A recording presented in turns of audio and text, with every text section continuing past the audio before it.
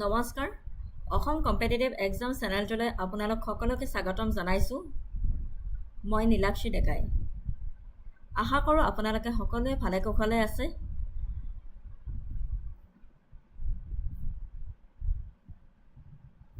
আজি মই আপোনালোকৰ লগত ডিছকাশ্যন কৰিবলৈ ওলাইছোঁ important MCQs on general knowledge and current affairs for upcoming Guwahati high court জা 2025 গুৱাহাটী হাইকোৰ্টৰ জুনিয়ৰ এডমিনিষ্ট্ৰেটিভ এছিষ্টেণ্টৰ পৰীক্ষাটোৰ কাৰণে কিছুমান ইম্পৰ্টেণ্ট MCQ আজি ডিছকাশ্যন কৰিবলৈ ওলাইছোঁ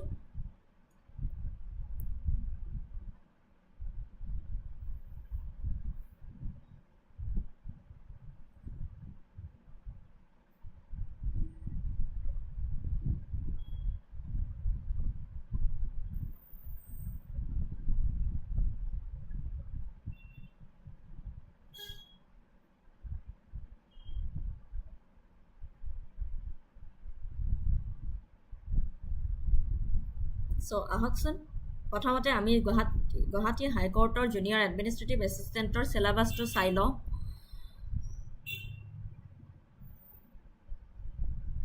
ফৰ্ম ফিল আপ চলি আছে 13 জুলাইৰ পৰা ফৰ্ম ফিল আপ চলি আছে 31 তাৰিখ লাষ্ট ডেট হয় গুৱাহাটী হাইকোৰ্টৰ জুনিয়ৰ এডমিনিষ্ট্ৰেটিভ এছিষ্টেণ্টৰ বাজেট মাত্ৰ 3টা দিন আছে যোনে যোনে কৰা নাই সকলোৱে এপ্লাই কৰি লওক ভাল পোষ্ট হয়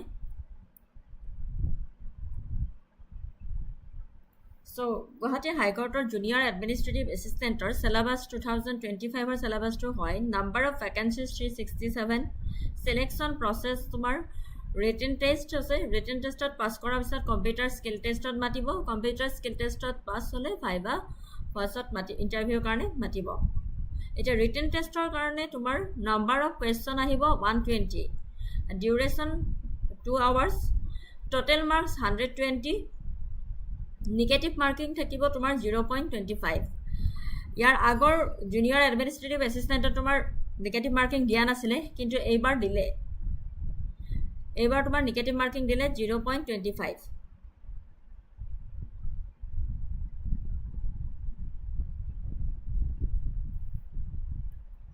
এইখন হ'ল চিলেবাছটো ছেকশ্যন জেনাৰেল ইংলিছৰ আহিব তোমালোকৰ spot the error fill in the blanks one word substitution direct/indirect narration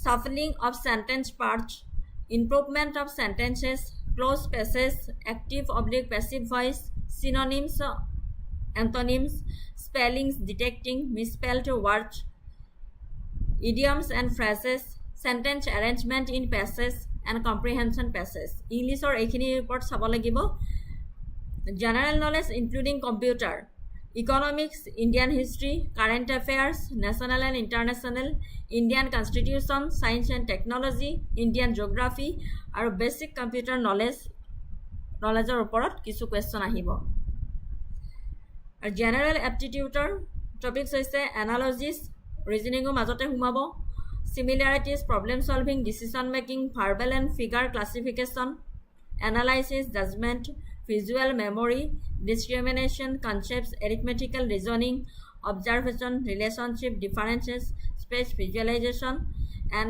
arithmetical number series reasoning or lage lage tate maths khumabo maths to profit and loss calendar time and distance এই সকলোবোৰ যিখিনি কৰি আছে সেইখিনিৰ ওপৰতে mathematics দিব profit and loss compound interest simple interest mathsৰ আৰু তাৰ পিছত আছে official language Assamese basic proficiency in Assamese language minimum তোমালোকৰ 20 মাৰ্কস থাকিব আসামিজ খিনি 20 মাৰ্কসৰ ভিতৰত 8 মাৰ্কস পাবই লাগিব 8 মাৰ্কস পাস কৰিবই লাগিব নহলে এই general English general knowledge general aptitude এখিনিত তোমালোকে ভাল মাৰ্কস পালেও সিলেকশন নহবাগৈ আসামিজ খিনিত 20 মাৰ্কসৰ ভিতৰত তোমালোকে 8 নম্বৰ পাবই লাগিব ঠিক আছে এইখিনি আছিল গুৱাহাটী হাইকোৰ্টৰ সিলেবাস জুনিয়ৰ এডমিনিষ্ট্ৰেটিভ এছিষ্টেণ্টৰ এতিয়া আজিৰ ক্লাছটোলৈ গৈছো প্ৰথম কোৱেশ্চনটো হ'ল the concept of net zero emissions by 2050 a key goal in international climate policy primarily refers to eliminating all greenhouse gas emissions globally achieving a balance between emitted and removed greenhouse gases, reducing carbon emissions to zero in developing countries, ceasing all industrial activity to prevent emissions.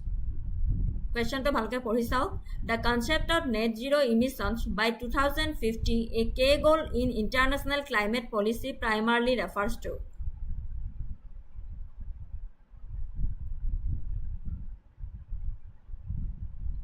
Hoy Maguji.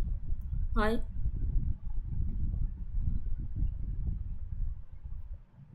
Correct answer to whole option B, achieving a balance between emitted and removed greenhouse gases. Achieving a balance between emitted and removed greenhouse gases. Net zero emission explanation did so. This concept refers to achieving a balance where any greenhouse gases emitted into the atmosphere are offset by an equivalent amount removed, resulting in no net increase. Each a key target in combating climate change.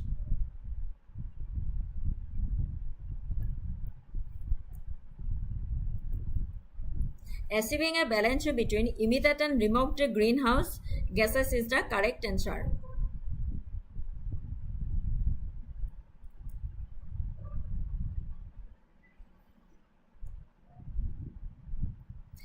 এই ধাৰণাটোৱে এনে এক ভাৰসাম্যতা অৰ্জন কৰাটোক বুজায় য'ত বায়ুমণ্ডললৈ নিৰ্গত হোৱা যিকোনো সেউজগৃহ গেছক সমতুল্য পৰিমাণৰ আঁতৰাই পেলোৱাৰ দ্বাৰা ক্ষতিপূৰণ কৰা হয়, যাৰ ফলত কোনো নিকা বৃদ্ধি নহয়।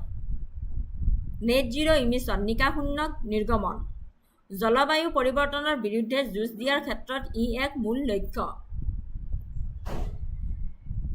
ভাৰসাম্যতা অৰ্জন কৰাটোক বুজায় য'ত বায়ুমণ্ডললৈ নিৰ্গত হোৱা যিকোনো সেউজগৃহ গেছক সমতুল্য পৰিমাণৰ আঁতৰাই পেলোৱাৰ দ্বাৰা ক্ষতিপূৰণ কৰা হয়, যাৰ ফলত কোনো নিকা বৃদ্ধি নহয়। জলবায়ু পৰিৱৰ্তনৰ বিৰুদ্ধে যুঁজ দিয়াৰ ক্ষেত্ৰত ই এক মূল লক্ষ্য বুলি আমি ক'ব পাৰোঁ। নেক্সট কুৱেশ্যনটোলৈ গৈছোঁ।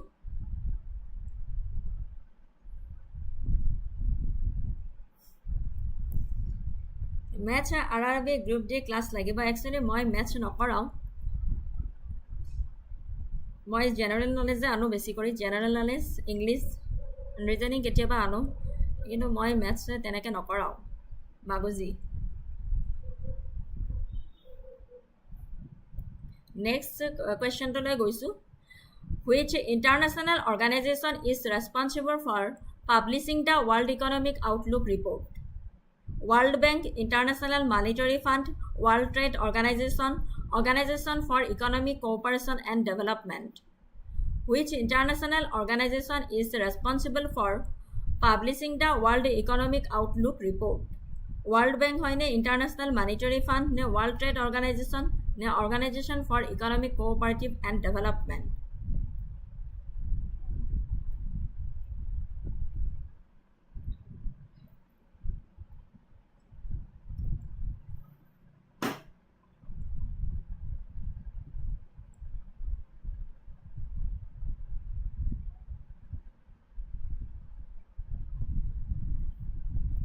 Correct answer to whole International Monetary Fund.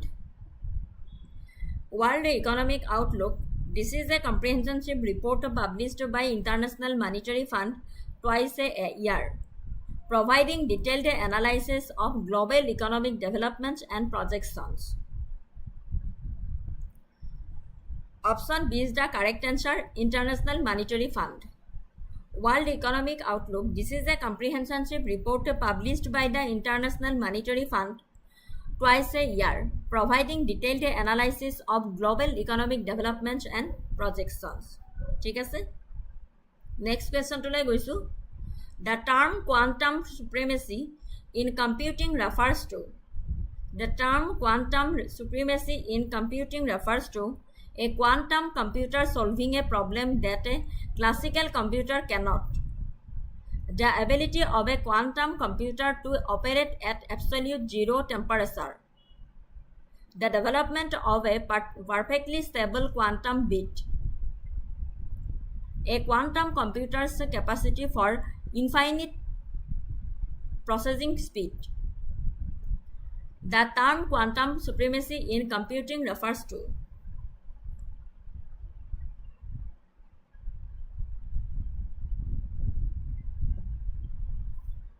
correct answer to whole. Option A is the correct answer. A quantum computer solving a problem that a classical computer cannot. A quantum computer solving a problem that a classical computer cannot. Quantum supremacy. This is a milestone in quantum computing where a quantum computer performs a computational task that is practically impossible for even the most powerful classical supercomputers to complete within a reasonable time frame.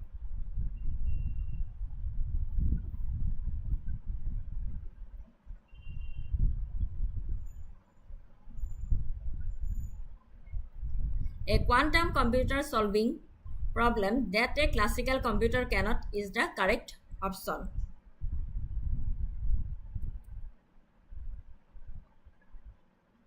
Quantum computingৰ এইটো এটা মাইলৰ খুঁটি য'ত quantum কম্পিউটাৰে এনে এটা গণনামূলক কাম কৰে যিটো শক্তিশালী ধ্ৰুপদী ছুপাৰ কম্পিউটাৰৰ বাবেও যুক্তিসংগত সময়সীমাৰ ভিতৰত সম্পূৰ্ণ কৰাটো কাৰ্যত অসম্ভৱ।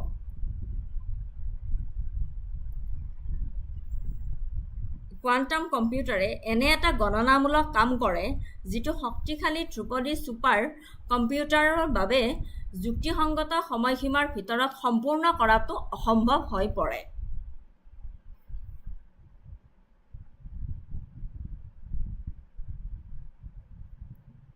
নেক্সট কুৱেশ্যনটোলৈ গৈছোঁ। Which a philosophical school of thought emphasizes individual freedom, moral equality and government by consent of the governed? এইটো আহিলে পলিটিৰ question.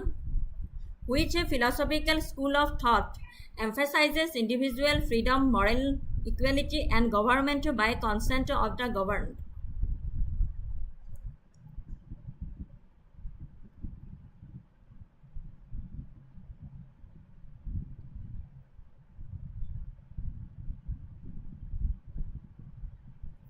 A, B, C, D ভিতৰৰ অপশ্যন কোনটো হ'ব?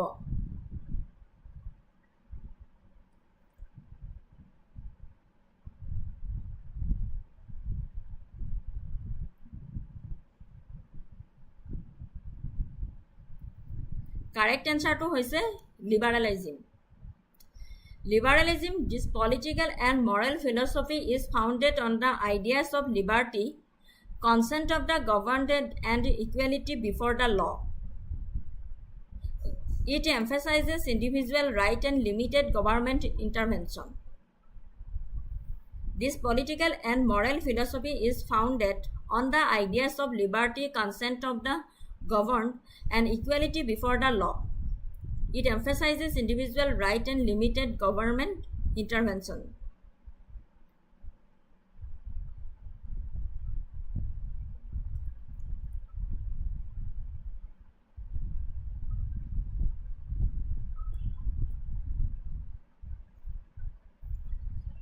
ৰাজনৈতিক আৰু নৈতিক দৰ্শন স্বাধীনতা, শাসিতৰ সন্মতি আৰু আইনৰ সন্মুখত সমতাৰ ধাৰণাসমূহৰ ওপৰত প্ৰতিষ্ঠিত।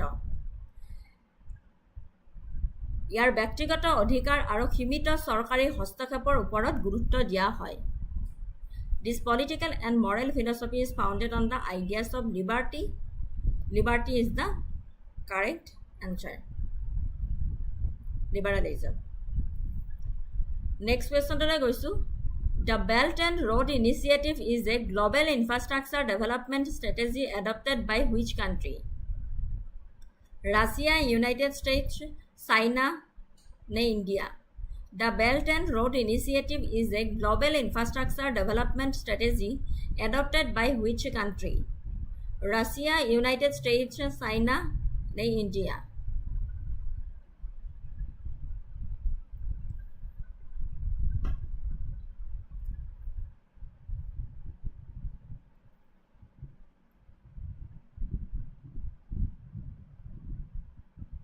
Correct answer to whole China. Option C is the correct answer, China.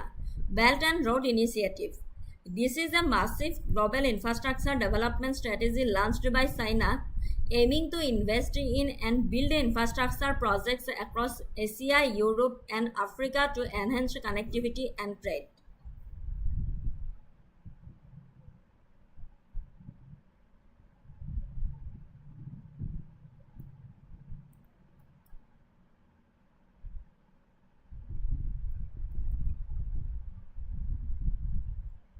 চীনে আৰম্ভ কৰা এইটো এটা বৃহৎ বিশ্বব্যাপী আন্তঃগাঁথনি উন্নয়ন কৌশল যাৰ লক্ষ্য হৈছে সংযোগ আৰু বাণিজ্য বৃদ্ধিৰ বাবে সমগ্ৰ এছিয়া, ইউৰোপ আৰু আফ্ৰিকাত আন্তঃগাঁথনি প্ৰকল্পত বিনিয়োগ আৰু নিৰ্মাণ কৰা।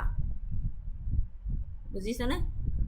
চীনে আৰম্ভ কৰা এইটো এটা বৃহৎ বিশ্বব্যাপী আন্তঃগাঁথনি উন্নয়ন যাৰ লক্ষ্য হৈছে সংযোগ আৰু বাণিজ্য বৃদ্ধিৰ বাবে সমগ্ৰ এছিয়া, ইউৰোপ আৰু আফ্ৰিকাত আন্তঃগাঁথনি প্ৰকল্পত বিনিয়োগ আৰু নিৰ্মাণ কৰা।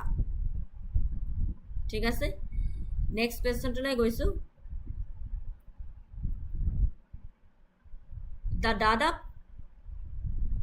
Dadaab refugee complex, one of the world's largest, is located in which country? Ethiopia, Somalia, Kenya, Sudan. The Dadaab refugee complex, one of the world's largest, is located in which country? Ethiopia, Somalia, Kenya, ne Sudan.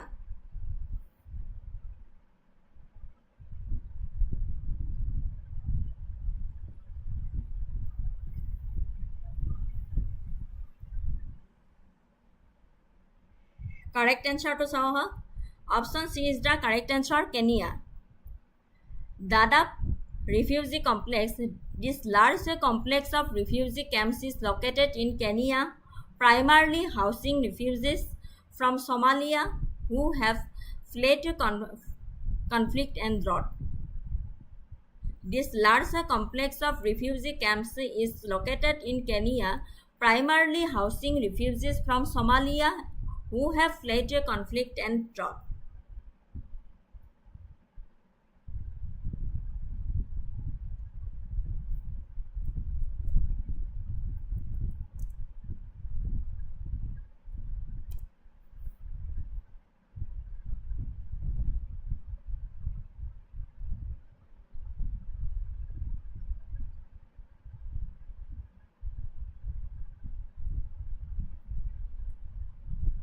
When was Dadaab refugee camp established? The Dadaab refugee complex was established in 1991 when refugees fleeing the civil war in Somalia started to cross the border into Kenya. A second large influx occurred in 2011 when some 130,000 refugees arrived fleeing drought and famine in southern Somalia. Dadaab is a semi-arid town in Garissa town country, Kenya.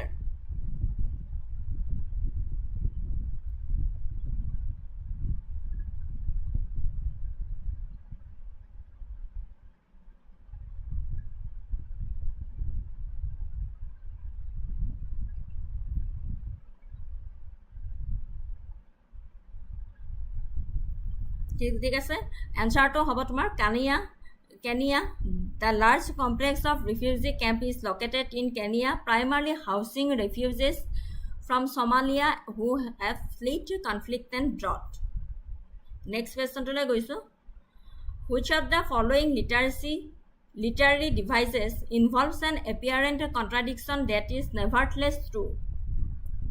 Which of the following literary devices involves an apparent contradiction that is nevertheless true? Metaphor, simile, paradox, and hyperbole. Which of the following literary device involves an apparent contradiction that is nevertheless true?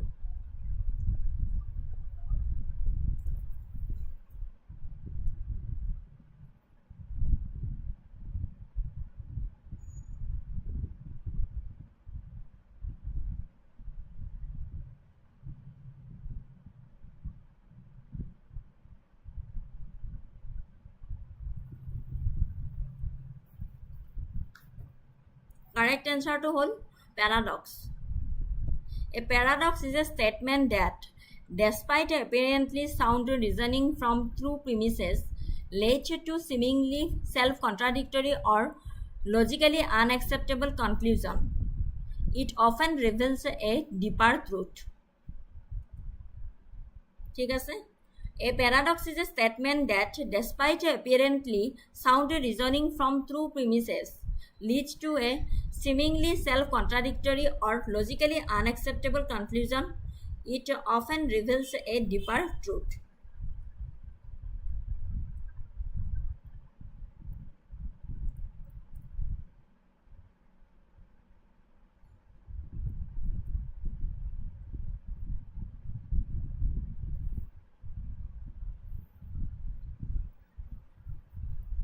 এনে এটা বক্তব্য paradox এনে এটা বক্তব্য যিয়ে প্ৰকৃত চৰ্তৰ পৰা আপাত দৃষ্টিত সুস্থ যুক্তিৰ স্বত্বেও আপাত দৃষ্টিত স্ববিৰোধী বা যুক্তিগতভাৱে আগ্ৰহযোগ্য সিদ্ধান্তলৈ লৈ যায়।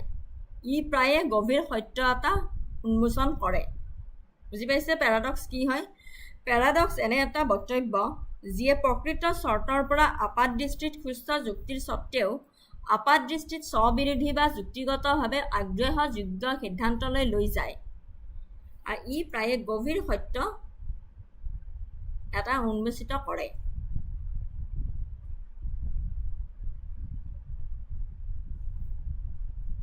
নেক্সট কুৱেশ্যনটোলৈ গৈছোঁ। Which country abolished the death penalty at the start of 2025? Ethiopia, Iraq, Kuwait, ne Zimbabwe. Which country abolished the death penalty at the start of 2025?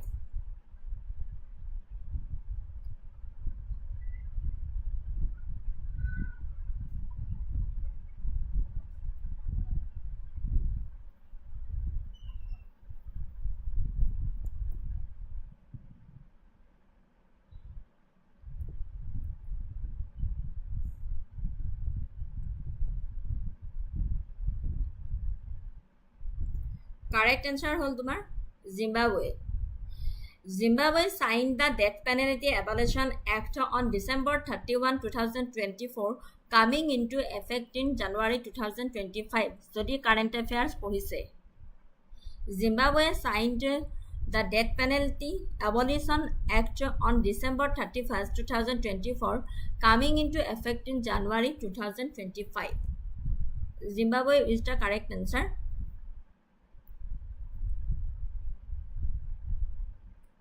Zimbabwe 2024 31 ডিচেম্বৰত মৃত্যুদণ্ড বিলুপ্তিৰ আইনত স্বাক্ষৰ কৰে, যিখন 2025 চনৰ জানুৱাৰী মাহৰ পৰা কাৰ্যকৰী কৰা হৈছে। জিম্বাবৱেত 2024 চনৰ 31 ডিচেম্বৰত মৃত্যুদণ্ড বিলুপ্তিকৰণ আইন নামেৰে এখন নতুন আইন গৃহীত কৰে। এই আইনখনে দেশখনত মৃত্যুদণ্ডৰ আনুষ্ঠানিকভাৱে অন্ত পেলায়। 2025 চনৰ জানুৱাৰী মাহৰ পৰা ই কাৰ্যকৰী হৈছিল, যাৰ অৰ্থ হৈছে 2025 চনৰ জানুৱাৰী মাহৰ পৰা জিম্বাবৱেত আৰু কাকো মৃত্যুদণ্ডৰ শাস্তি প্ৰদান কৰিব নোৱাৰিব। বুজি পাইছে? 2025 চনৰ জানুৱাৰী মাহৰ পৰা জিম্বাবৱেত আৰু কাকো মৃত্যুদণ্ডৰ শাস্তি প্ৰদান কৰিব নোৱাৰিব। ইতিমধ্যে মৃত্যুদণ্ডৰ শাস্তি পোৱা লোকসকলৰ শাস্তিৰ সলনি আজীৱন কাৰাদণ্ড বা আন ধৰণৰ শাস্তি দিয়া হ'ব।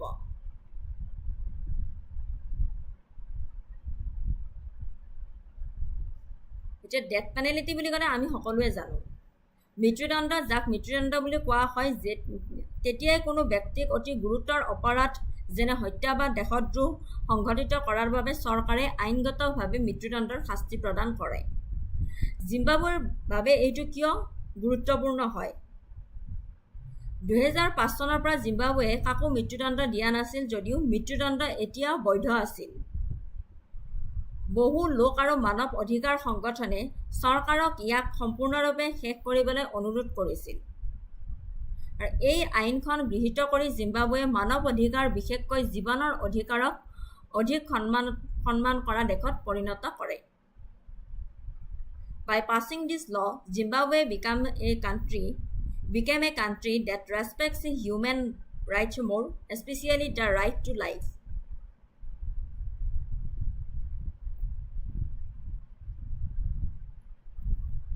Next question to goisu.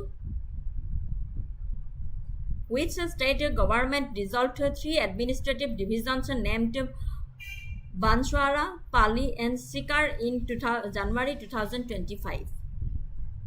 Which state government dissolved 3 administrative divisions named Banswara, Pali, and Sikar in January 2025? Rajasthan, Uttar Pradesh, Manipur, Madhya Pradesh.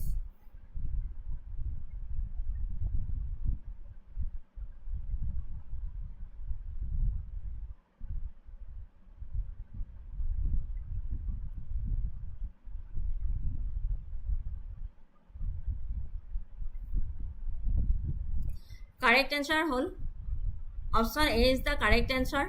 Rajasthan government dissolved those 3 divisions. Rajasthan government dissolved those 3 divisions. Jodi apanalage current affairs pohise tenahole nistoy gom paise.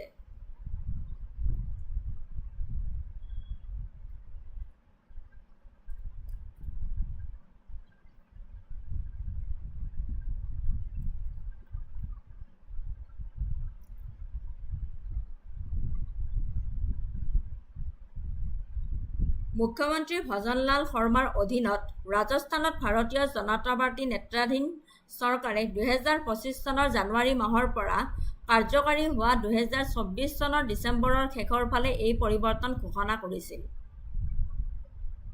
3টা প্ৰশাসনিক বিভাগ ভংগ, পালি, চিকাৰ আৰু বনচাৰাৰ বিভাজন 2023 চনত পূৰ্বৰ কংগ্ৰেছ নেতৃত্বাধীন চৰকাৰে সৃষ্টি কৰা প্ৰত্যেকটো বিভাজন বিলুপ্ত কৰা হ'ল।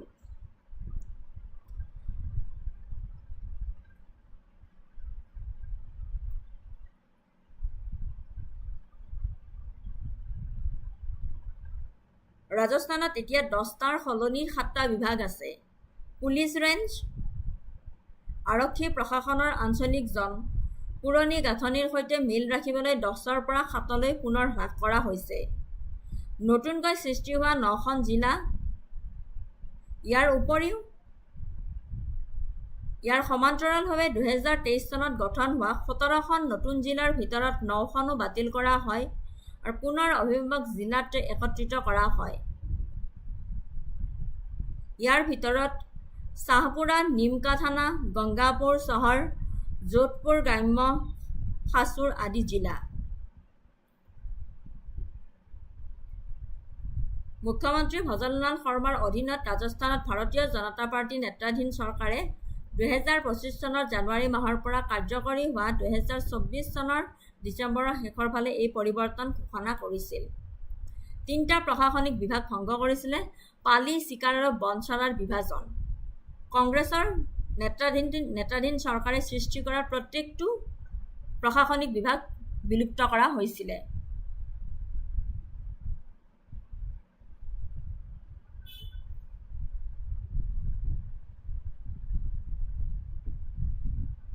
কাৰেক্ট এনচাৰটো হ'ল তোমাৰ ৰাজস্থান গভৰ্ণমেণ্ট ডিজলভড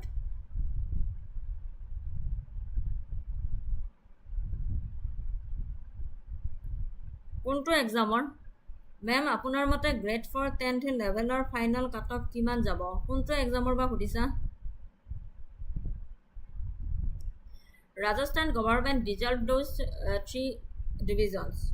ঠিক আছে, নেক্সট কুৱেশ্যনটোলৈ গৈছোঁ। আৰু অকণমান এক্সপ্লেনেশ্যন আছিলে এইটোৰ। Post reversal Rajasthan retains 8 of the originally formed 17 districts and totals 41 districts overall. কিহৰ কাৰণে এইটো বিভাজনটো ভংগ কৰা হ'ল?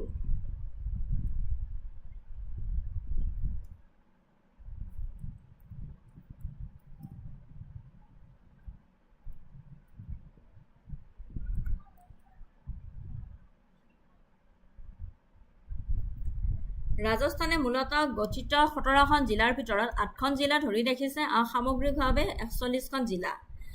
কেবিনেট পৰ্যালোচনা। কিহৰ কাৰণে এইটো বিভাজনখিনি ভংগ কৰা হৈছিলে? বিজেপি চৰকাৰে উল্লেখ কৰে যে সংমণ্ডল আৰু জিলাসমূহ সঠিক দীৰ্ঘম্যাদী পৰিকল্পনা অবিহনে সৃষ্টি কৰা হৈছিল। সংমণ্ডল আৰু জিলাসমূহ সঠিক দীৰ্ঘম্যাদী পৰিকল্পনা অবিহনে সৃষ্টি কৰা হৈছিল। আন্তঃগাঁথনিৰ অভাৱ আৰ্থিকভাৱে অবাস্তৱ। The BJP government cited that the divisions and districts were created without proper long-term planning, lacked infrastructure, and were financially impractical. তেওঁলোকে প্ৰাক্তন IS বিষয়া ললিত কে পানৱাৰৰ অধ্যক্ষতাত এখন পৰ্যালোচনা সমিতি গঠন কৰে, যাৰ পৰামৰ্শৰ ফলত সম্ভাৱনীয়তাৰ চিন্তাত কষ্ট কৰি বাতিল কৰা হয়।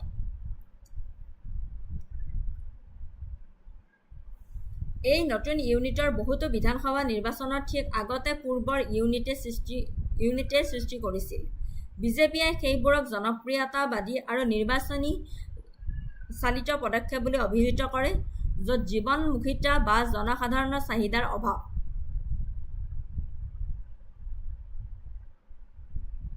সমালোচকসকলে ৰাজনৈতিক বিৰোধীকে ধৰি এই সিদ্ধান্তক ৰাজনৈতিক উদ্দেশ্য প্ৰণোদিত বুলি অভিহিত কৰিছিল, বিশেষকৈ চিকাৰৰ কংগ্ৰেছ দুৰ্গ হিচাপে মৰ্যাদা আৰু বনস্বাৰা জনজাতীয় প্ৰধান হোৱাৰ বাবে।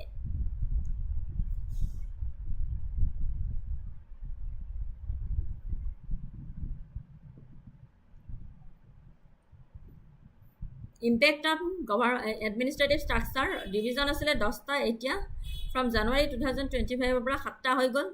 ডিষ্ট্ৰিক্ট 50খন আছিলে, 41খন হৈ গ'ল। পুলিচ ৰেঞ্জেছ 10ৰ পৰা 7লৈকে ৰিডিউচ কৰা হ'ল। নেক্সট কুৱেশ্যনটোলৈ গৈছোঁ। Which state tableau won the Best Tableau Award at the 76th Republic Day Parade in January 2025? Uttar Pradesh, Rajasthan, Maharashtra, Gujarat.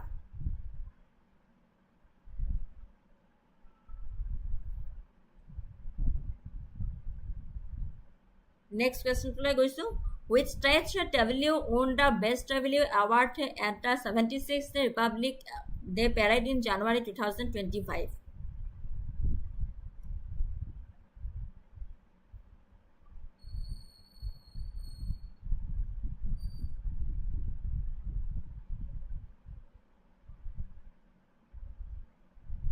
এইটো আমি সকলোৱে জানো।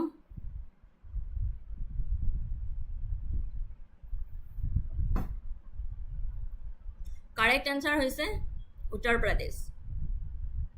Option A is the correct answer. This question refers to the annual Republic Day celebration in India, where states showcase their culture and progress through elaborate tableaux, decorated floats.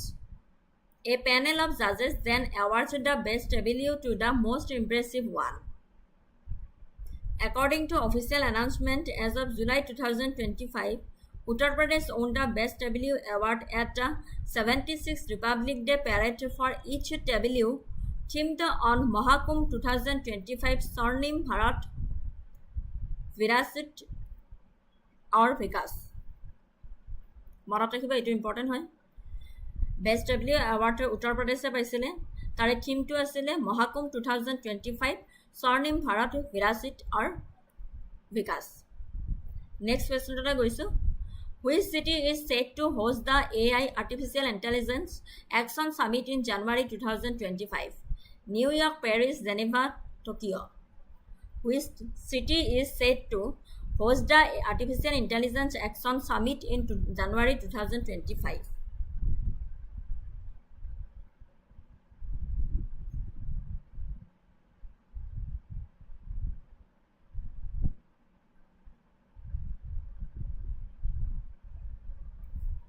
Correct answer hol Paris. January 2025, the Artificial Intelligence Action Summit was indeed held in Paris, France, but it took place from February 10 to 11, 2025. It was part of a larger Artificial Intelligence Action Week that ran from February 6 to 11, 2025.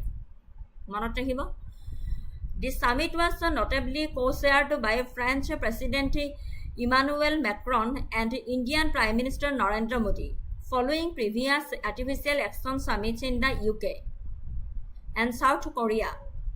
Its focus was on fostering international cooperation for responsible and sustainable artificial intelligence development, with themes including public interest, artificial intelligence, the future of work, innovation, trust in artificial intelligence, and global artificial intelligence governance.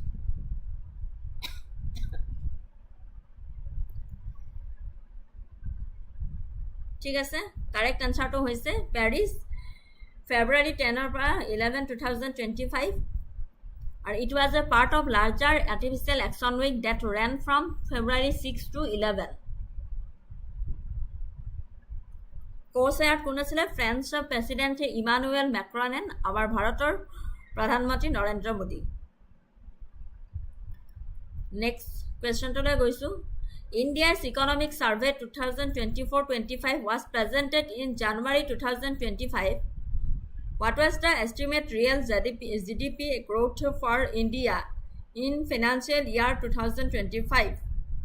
As per the first advance estimates released by the Ministry of Statistics and Program Implementation. India's Economic Survey 2024-25 was presented in January 2005. Question to enukwa hobe nidibo pare.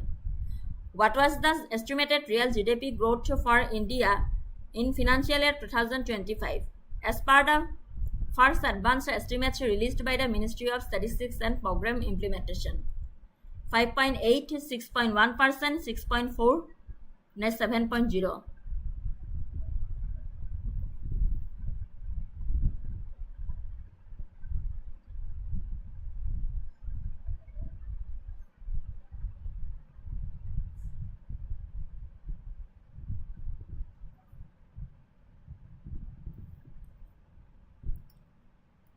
Correct answer whole 6.4.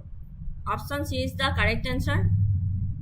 As per the Economic Survey 2024-25, India's GDP was estimated to grow by 6.4% in 2024-25. According to the first advances estimates released in January 2025. As per the Economic Survey 2025, India's GDP estimated to grow by 6.4% in 2024-25. Next question to goisu. The International Day of Education is observed annually in January in 2025. What specific date was this day celebrated emphasizing the role of education for peace and development? January 22, January 24, January 26, and January 28. International Day of Education is observed annually in January. In 2025, what specific date was the day celebrated emphasizing the role of education for peace and development?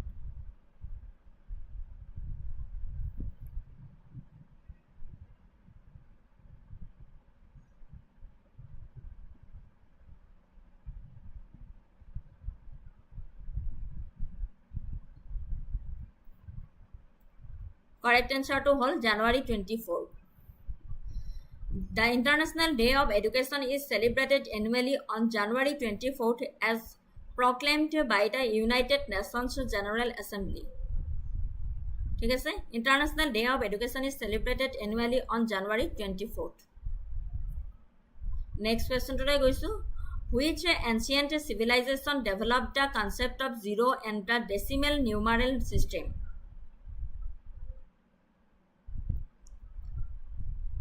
Which ancient civilization developed the concept of zero and decimal numeral system?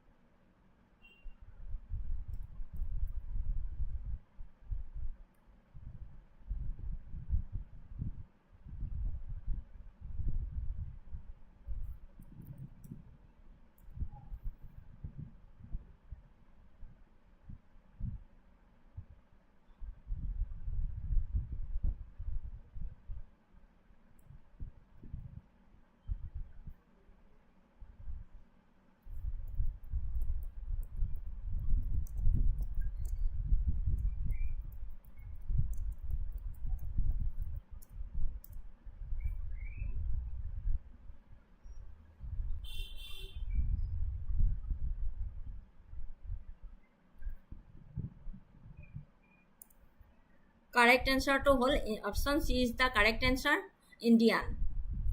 Question to sabo, which ancient civilization developed the concept of zero and the decimal numeral system? Option C is the correct answer, Indian. Ancient Indian mathematicians are credited with the invention of the decimal numeral system, including the concept of zero, which revolutionized mathematics globally.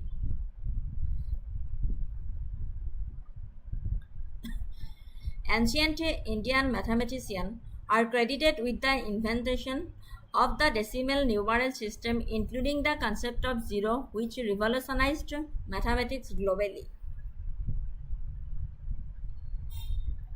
The ancient Indian civilization developed the concept of zero and decimal numeral system. The decimal system, base 10, was first used in India as early as the 3rd century before century.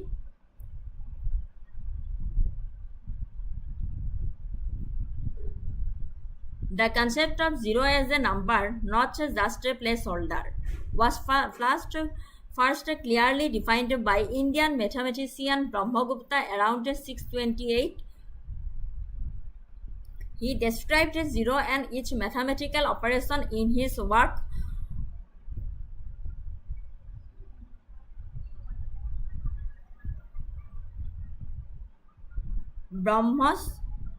Brahmasfuta Siddhanta. These innovations were later transmitted to the Islamic world and Europe, becoming the foundation of modern mathematics. The decimal system base 10 was first used in India as early as the 3rd century before Christ.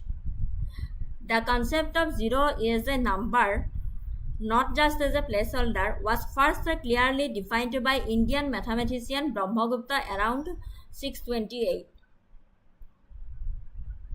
He described zero and each mathematical operation in his work Brahmasfuta Siddhanta.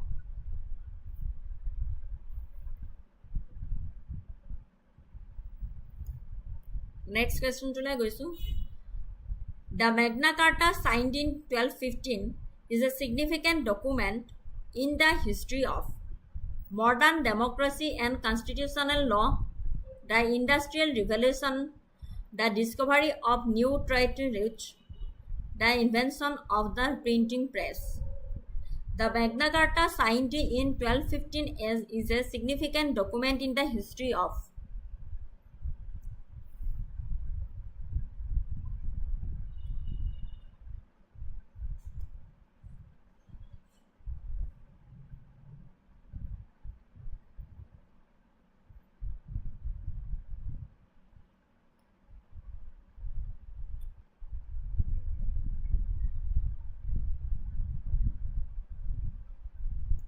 The Magna Carta, signed in 1215, is a significant document in the history of.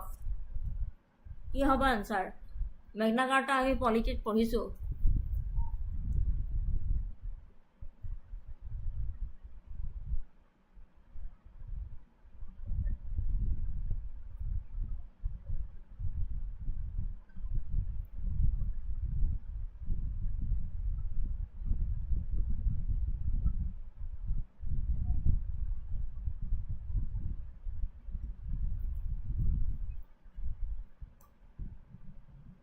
Marcus Sutamok, option A. Yes, correct answer, modern democracy and constitutional law. Magna Carta, Latin for Great Charter. This document was issued in 1215 by King John of England. It is one of the most significant and influential documents in the history of democracy and constitutional law, establishing that everyone, including the king, is subject to the law. Modern democracy and constitutional law is the correct answer. Next question to goisu. The Ring of Fire is a major area in the basin of which ocean, where many earthquakes and volcanic eruptions occur? The Ring of a Fire is a major area in the basin of which ocean, where many earthquakes and volcanic eruptions occur.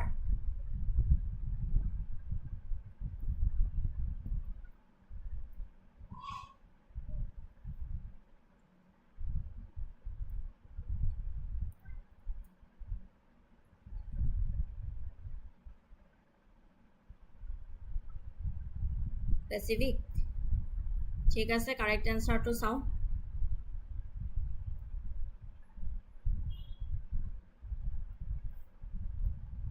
Yes, option D, correct answer. Pacific Ocean is the correct answer. The ring of fire is essentially a house-shaped belt that follows the rim of the Pacific Ocean. It's characterized by a nearly continuous series of oceanic trenches, volcanic areas, arcs, volcanic belts, and plate movements. The reason for the high seismic and volcanic activity in this region is the presence of several tectonic plates, particularly the Pacific Plate, which are constantly colliding, subducting, one plate sliding under another, or grinding past each other. This intense tectonic activity releases enormous amounts of energy, leading to frequent earthquakes and the formation of magma that erupts as volcanoes. ring of fire মূলত প্ৰশান্ত মহাসাগৰৰ ৰিমৰ পিছে পিছে যোৱা ঘোঁৰাৰ নালৰ আকৃতিৰ belt. ইয়াৰ বৈশিষ্ট্য হৈছে প্ৰায় অবিৰত শৃংখলাবদ্ধ সাগৰীয় খাদ, আগ্নেয়গিৰিৰ চাপ, আগ্নেয়গিৰিৰ বেল্ট এণ্ড প্লেটৰ গতি। এই অঞ্চলত ভূমিকম্পীয় আৰু আগ্নেয়গিৰিৰ অধিক কাৰ্যকলাপৰ কাৰণ হ'ল কেইবাখনো টেক্টনিক প্লেটৰ উপস্থিতি, বিশেষকৈ পেচিফিক প্লেট, যিবোৰ অহৰহ সংঘৰ্ষ হৈ থাকে, চাবডাক্ট হৈ থাকে, এখন প্লেট আন এখন তলত সোমাই যায় বা ইটোৱে সিটোৰ কাষেৰে পাৰ হৈ গৈ থাকে। এই তীব্ৰ টেক্টনিক কাৰ্যকলাপে বিপুল পৰিমাণৰ শক্তি মুক্ত কৰে, যাৰ ফলত সঘনাই ভূমিকম্প হয় আৰু আগ্নেয়গিৰি হিচাপে বিস্ফোৰণ ঘটা মেগমা গঠন হয়।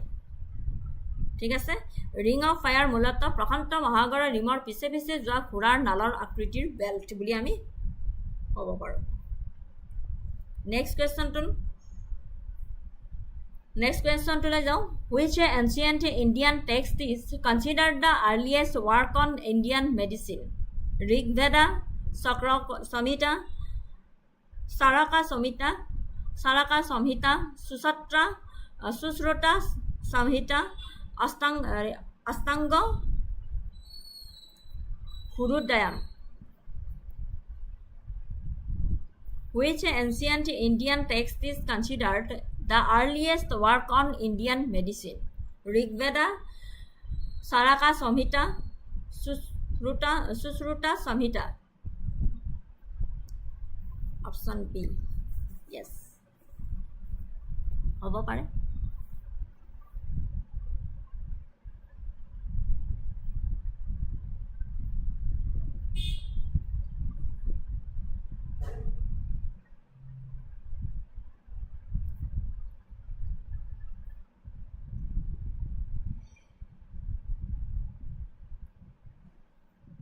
Correct answer হ'ল Saraka Samhita. Option B is the correct answer. Correct mark Sutar Mork. Correct হয় Saraka Samhita is the correct answer. The Saraka Samhita is a foundational text of Ayurveda, which is an ancient Indian system of medicine. It primarily deals with the internal medicine and discusses a wide range of topics, including diagnostics, prognosis, and treatment of various diseases, along with the principles of preventive medicine, diet, and ethics. ঠিক আছে, next কুৱেশ্যনটোলৈ গৈছোঁ। The Quit India movement was launched in response to the failure of which mission? Simon Commission, Cripps Mission? Deepika, কি খবৰ? বহুত দেৰি পিছত আহিলা। Cabinet mission, Wavell Plan?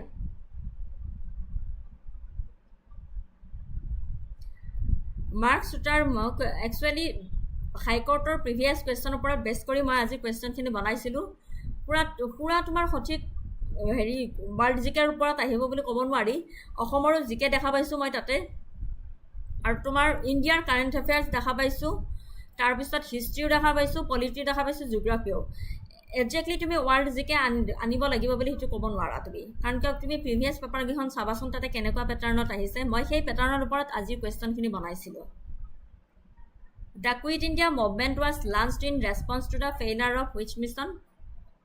Option A. নহয় Cripps mission.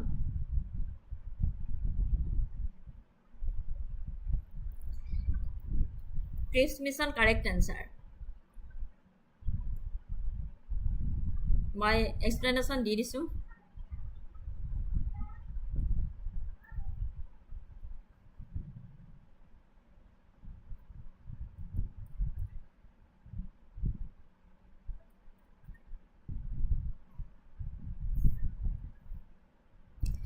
The Cripps mission led by Sir Stafford Cripps came to India on March 1942 with proposals for constitutional reform. These proposals, however, offered only dominion status after World War II and did not address the immediate demand for full independence. Due to its unsatisfactory nature, the Indian National Congress rejected the Cripps mission proposals. This failure combined with the deteriorating war situation and growing discontent directly led by Mahatma Gandhi to call for Quit India movement in August 1942 demanding an immediate end to British rule in India. So correct answer হল তোমাৰ Cripps mission. Sir Stafford Crippsৰ নেতৃত্বত Cripps mission 1942 চনৰ মাৰ্চ মাহত সাংবিধানিক সংস্কাৰৰ প্ৰস্তাৱ লৈ ভাৰতলৈ আহে এই প্ৰস্তাৱসমূহে অৱশ্যে দ্বিতীয় বিশ্বযুদ্ধৰ পিছতহে ডমিনিয়নৰ মৰ্যাদা প্ৰদান কৰিছিল আৰু সম্পূৰ্ণ স্বাধীনতাৰ তাৎক্ষণিক দাবীৰ প্ৰতি লক্ষ্য ৰাখিছিল ইয়াৰ অসন্তুষ্টিজনক স্বভাৱৰ বাবে ভাৰতীয় জাতীয় কংগ্ৰেছে Cripps মিছনৰ প্ৰস্তাৱ নাকচ কৰে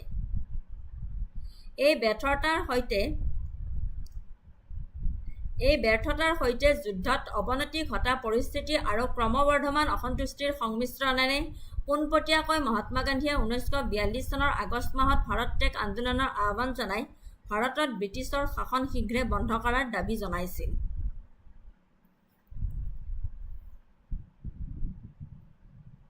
বুজি পাইছা Quit India movement was launched in response to the failure of Cripps mission. Next question to লৈ গৈছো The iron pillar at Mehrauli in Delhi known for its rust resistant composition belongs to which period?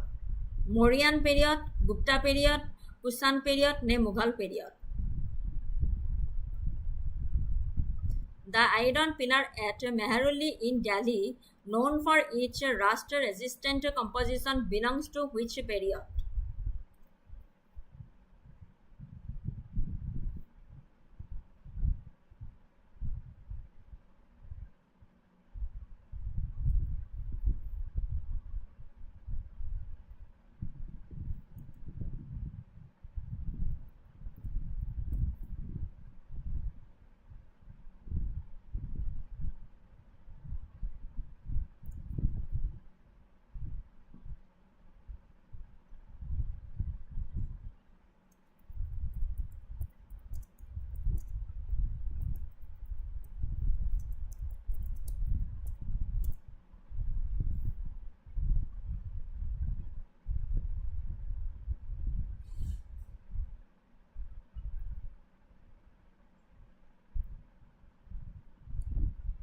Yes, correct answer. Gupta period. Correct. Devika correct. Marks Sutter move correct. Gupta period of iron pillar at Mehrauli in Delhi. Inscriptions on the pillar, particularly one mentioning a king named Chandra, are widely attributed Chandragupta II. Reigned 375 to 415. A powerful emperor of the Gupta dynasty, Paleographic studies also confirmed the script's resemblance to other Gupta era inscriptions, placing each creation in the late 4th and early 5th century. Correct? Gupta period. The iron pillar at Mehruli in Delhi belongs to the Gupta period, specifically around the 4th century. It is believed to have been erected during the reign of Chandragupta II. The pillar is famous for its rust-resistant iron composition, which has withstood corrosion for over 1600 years. This reflects the advanced metallurgical skills of ancient Indian craftsmen during the Gupta era, often referred to as the golden age in Indian history for its achievements in science, art and technology. ঠিক আছে?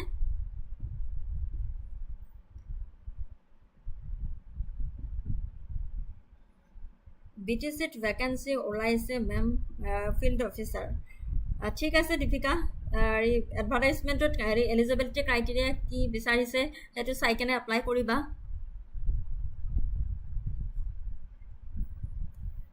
Next কুৱেশ্যনটোলৈ গৈছোঁ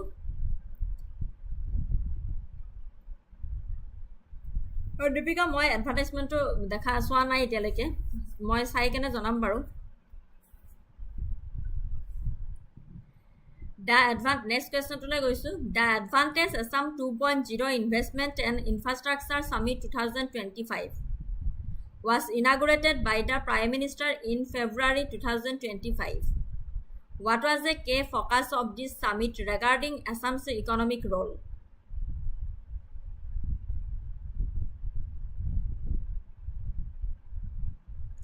Promoting traditional crafts, strengthening agricultural export to Europe, positioning Assam as a gateway between Southeast Asia and India, developing a new space research center.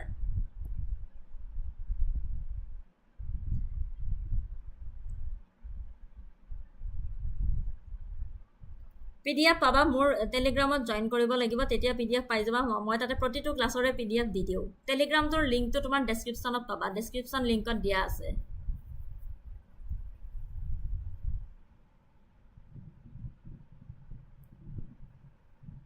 Telegram use কৰা নে দীপিকা টেলিগ্ৰামৰ লিংকটো দিয়া আছে তাতে জয়েন হলে PDF পাই যাবা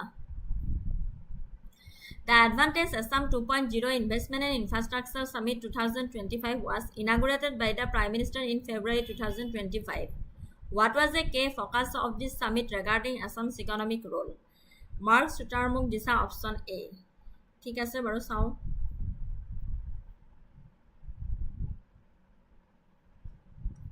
নহয় correct answer নহয় option A.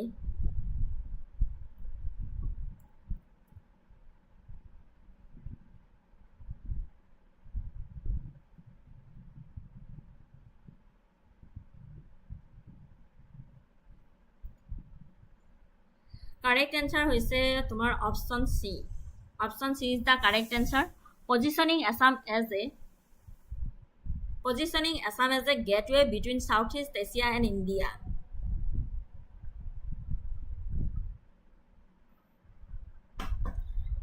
Positioning Assam as a gateway between Southeast Asia and India.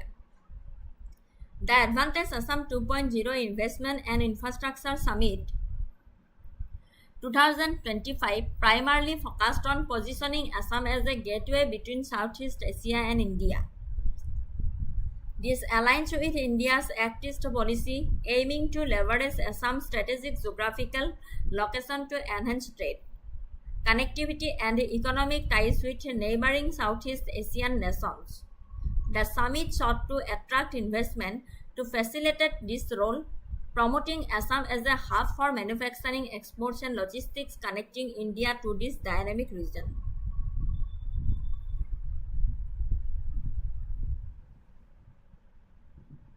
Advantage Assam 2.0 Investment and Infrastructure Summit 2025 মূলত অসমক দক্ষিণ পূব এছিয়া আৰু ভাৰতৰ মাজৰ দুৱাৰমুখ হিচাপে স্থান দিয়াৰ ওপৰত গুৰুত্ব আৰোপ কৰা হৈছিল। ই ভাৰতৰ এক্ট ইষ্ট পলিচিৰ সৈতে মিল আছে, যাৰ লক্ষ্য হৈছে চুবুৰীয়া দক্ষিণ পূব এছিয়াৰ ৰাষ্ট্ৰসমূহৰ লগত বাণিজ্য সংযোগ আৰু অৰ্থনৈতিক সম্পৰ্ক বৃদ্ধিৰ বাবে অসমৰ কৌশলগত ভৌগোলিক অৱস্থানৰ লাভ উঠাব পাৰিব।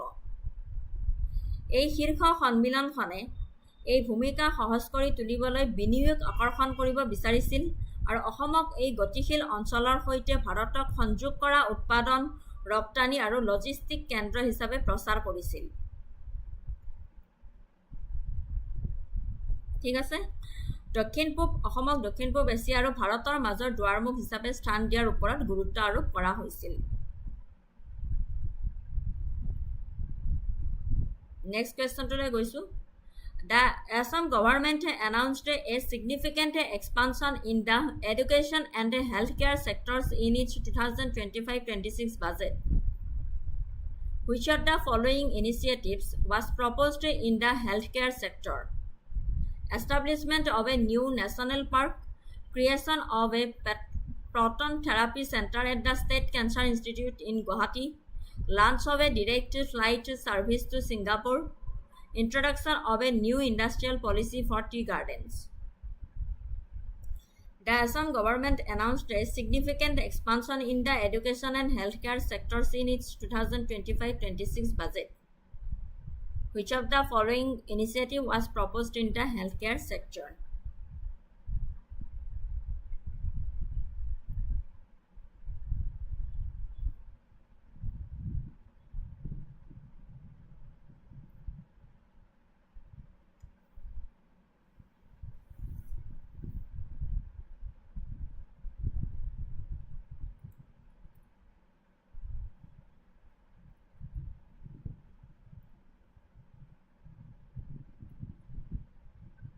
Mark Zuckerberg, option B. Yes, correct. Creation of a proton therapy center at the State Cancer Institute of Gauhati is the correct answer.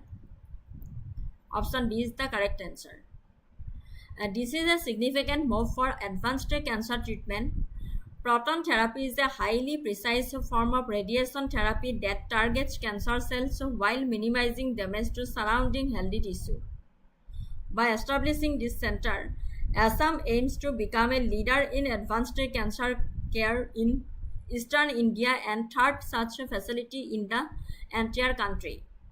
This initiative reflects the government's commitment to providing cutting-edge medical facilities and improving access to specialized treatment for cancer patients, including children within the state.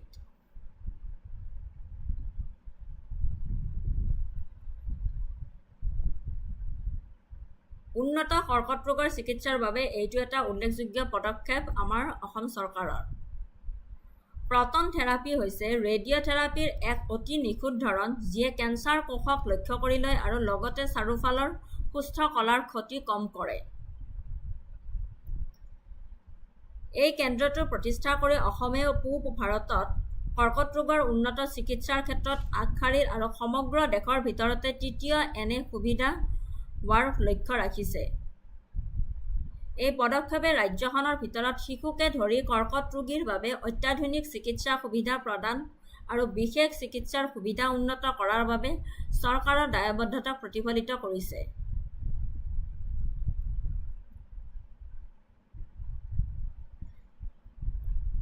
ঠিক আছে, proton থেৰাপিটো হৈছে ৰেডিঅ'থেৰাপিৰ অতি এক নিখুঁত ধৰণ যিয়ে cancer কোষক লক্ষ্য কৰি লয় আৰু লগতে চাৰিওফালৰ সুস্থ কলাৰ ক্ষতি কম কৰে।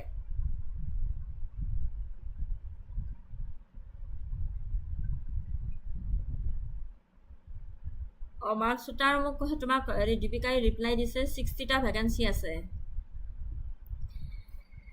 নেক্সট কুৱেশ্যনটোলৈ গৈছোঁ।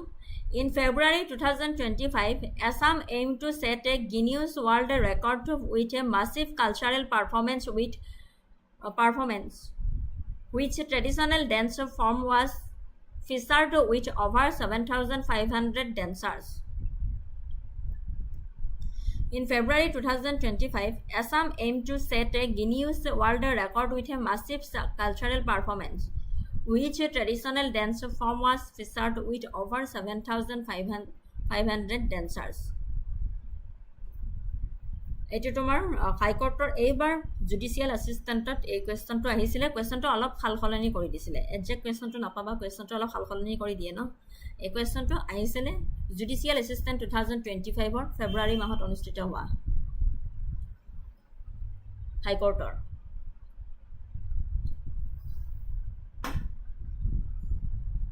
yes গম পাইছোঁ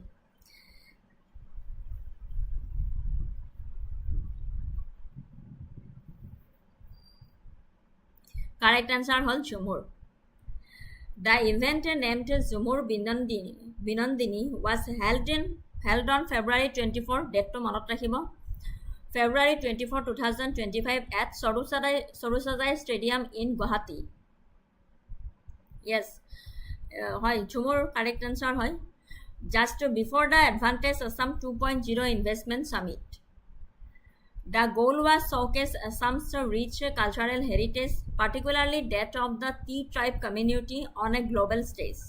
Prime Minister Narendra Modi also attended the event, which ultimately saw 8,888 dancers participate, successfully setting a new Guinness World Record. This followed Assam's previous success in setting a Guinness World Record for the largest Bihu dance performance. ঠিক আছে ডেটটো মনত ৰাখিব ঝুমৰ বিনন্দিনী ফেব্ৰুৱাৰী মাহত 24 আছিলে সৰুসজাই ষ্টেডিয়ামত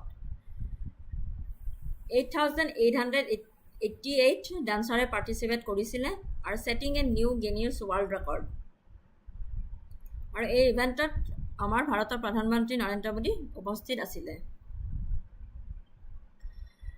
next কুৱেশ্যনটোলৈ গৈছো to boost the Assam's dairy sector সেইদিনাখন পঢ়াইছিলো মই আসাম কাৰেণ্ট এফেয়াৰ্ছত পঢ়াইছিলো to boost the Assam dairy sector what a new subsidy scheme was rolled out by the state government in July 2025 exactly Deepika ঠিকে কৈছে সব এক্সাম দিব লাগে তেতিয়াহে এটা পোৱা যায় যে কেনেকুৱা এক্সাম কোড মানে কেনেকুৱা কোৱেশ্চন কোড আহা যায় সব এক্সামে দিব লাগে এটা এক্সপেৰিয়েন্স হয় ঠিকে কৈছা Deepika to boost Assam's dairy sector what a new subsidy scheme was rolled out by the state government in July 2025 a subsidy of rupees 10 per liter of milk a subsidy of rupees 5 per liter of milk for processing at cooperative societies free cattle feed for all dairy farmers, interest-free loans for dairy farm expansion. Marks moke disse B.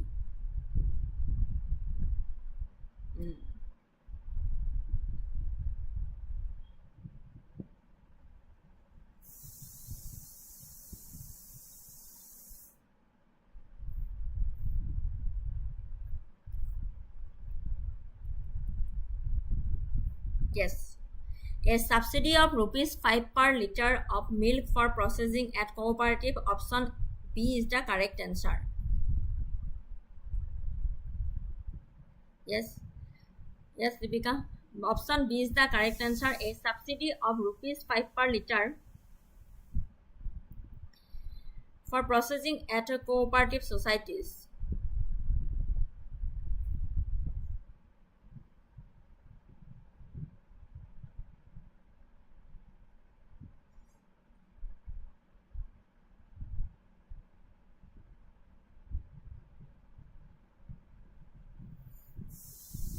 বিটিআৰৰ result কেতিয়া দিব পাৰে বিটিআৰৰ result দিব 1 মান্থৰ পিছত দিব নহলে এটো মাহতে দিব পাৰে This scheme aims to incentivize dairy farmers to increase milk production and channel it through organized cooperative networks. By providing a direct financial benefit, the government seeks to improve farmers' incomes, encourage higher output, and contribute to a wild revolution in the state. This initiative is expected to benefit over 20,000 dairy farmers across Assam and is complemented by the ongoing expansion of the Purabi dairy plant in Gauhati, which will significantly increase milk processing capacity.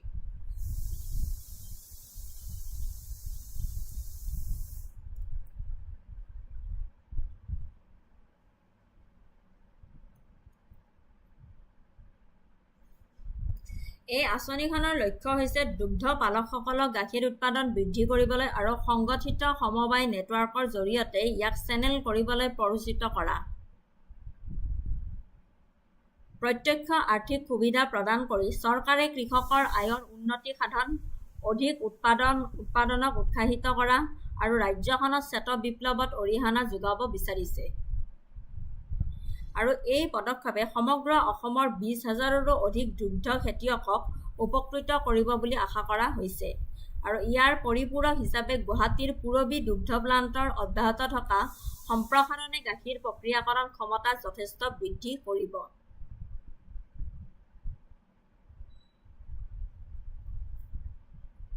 ঠিক আছে, next কুৱেশ্যনটোলৈ গৈছোঁ। Which of the following statements regarding the basic structure of doctrine is most accurate? এইটো কুৱেশ্যনটো কিহৰ হয়? Polity. Which of the following statements regarding the basic structure doctrine is most accurate? Explicitly defined specific features in Kesavananda Bharati, implies Parliament's absolute amending power following Article 368, acts as a substantive limitation on Parliament's amending power, safeguarding non-exhaustively defined fundamental features. Yes, polity question. Introduced to allow Parliament to amend fundamental rights irrespective of impact. Basic structure doctrine.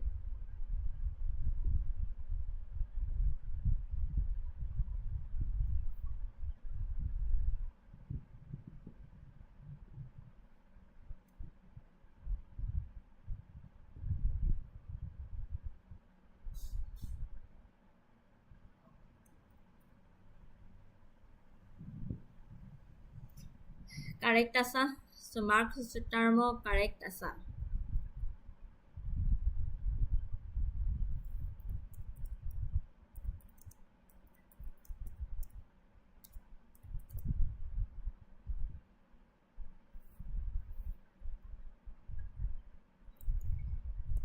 Yes, act as a, option C is the correct answer.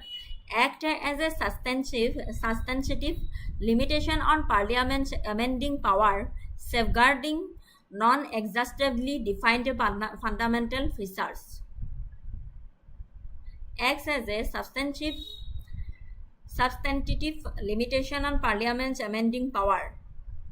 The basic structure doctrine established in the Kesavananda Bharati case 1973 means that while Parliament can amend the Constitution, it cannot alter its fundamental or basic features. The Supreme Court deliberately did not provide an exhaustive list of these features, leaving them open to interpretation in future cases. Thus, it acts as a substantive limitation on Parliament's power, ensuring the core identity of the Constitution is preserved.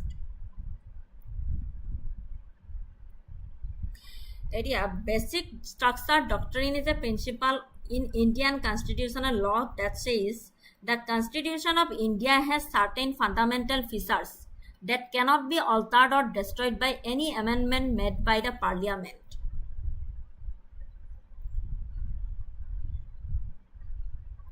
It protects the core values of the Constitution, ensuring that no government can tamper with the essence of Indian democracy and constitutionalism.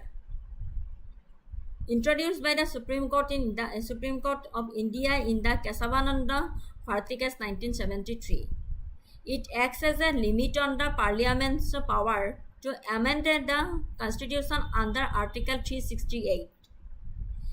Basic structure include supremacy of the Constitution, rule of law, separation of powers, judicial review, fundamental rights, democracy, and federalism.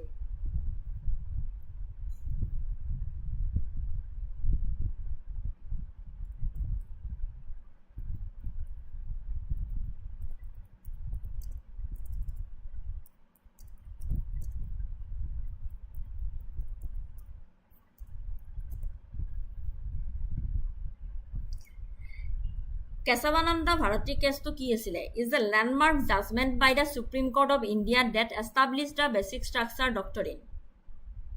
Kesavananda Bharati, a seer from Kerala, challenged government laws that aim to restrict the management of his religious property under land reform laws.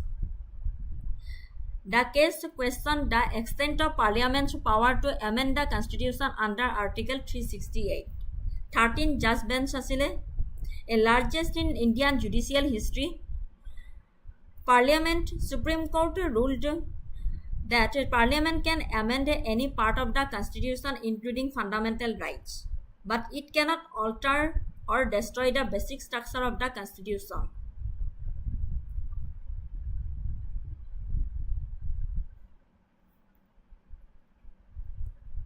It remains cornerstone of the Constitution law of India today.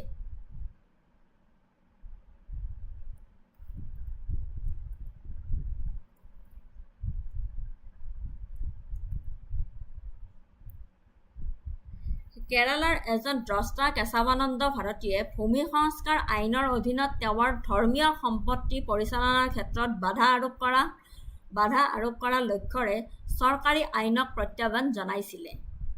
এই গোচৰত 368 নং অনুচ্ছেদৰ অধীনত সংবিধান সংশোধনৰ ক্ষমতা সংসদৰ পৰিসৰৰ ওপৰত প্ৰশ্ন উত্থাপিত কৰা হৈছিলে। মই এটা ক্লাছত আনিছিলোঁ কেশৱানন্দ ভাৰতীৰ বিষয়ে বহুত ধুনীয়াকৈ আনিছিলোঁ। ক্লাছকেইটা চাবচোন, তেতিয়া গম পাব।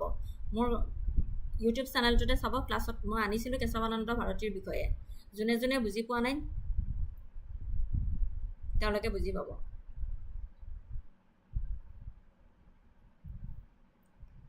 নেক্সট কুৱেশ্যনটোলৈ গৈছোঁ। The president of India can be removed from office by a process of impeachment for the violation of the constitution.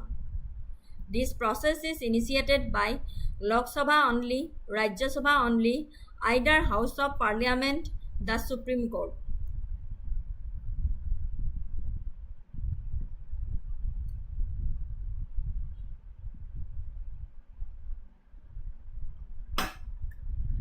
The President of India can be removed from office by a process of impeachment for the violation of the Constitution. The process is initiated by Lok Sabha hoine, Rajya Sabha hoine, either House of Parliament, the Supreme Court hoy.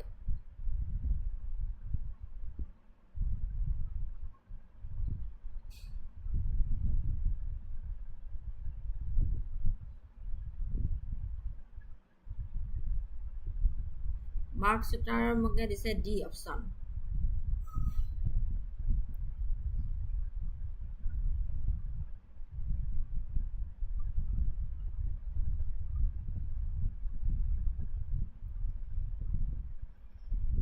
Excuse me, এক second ৰবা দে, phone এটা আহিছিলে।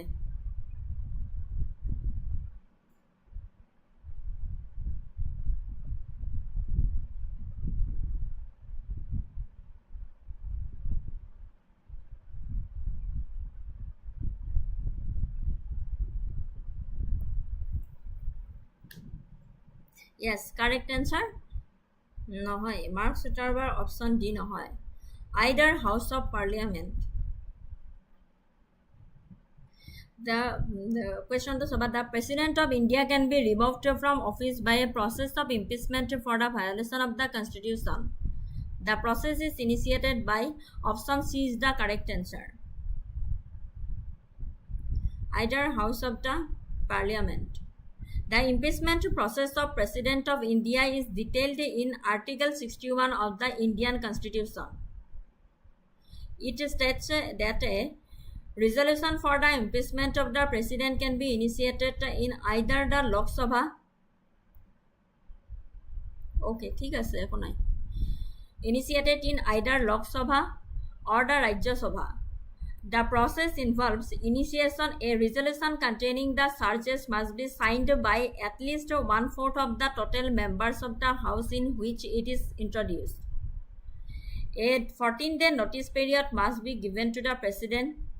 Passing in first House, the resolution must then be passed by a majority of not less than 2/3 of the total membership of that House.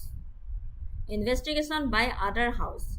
After being passed by one house, the resolution is sent to the other house, which investigates the charges. The President has the right to appear and be represented during the investigation. Passing in second house. If after the investigation the other house also passes the resolution by majority of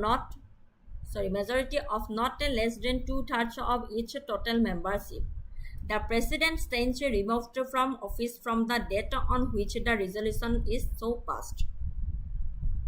Either House of the Parliament.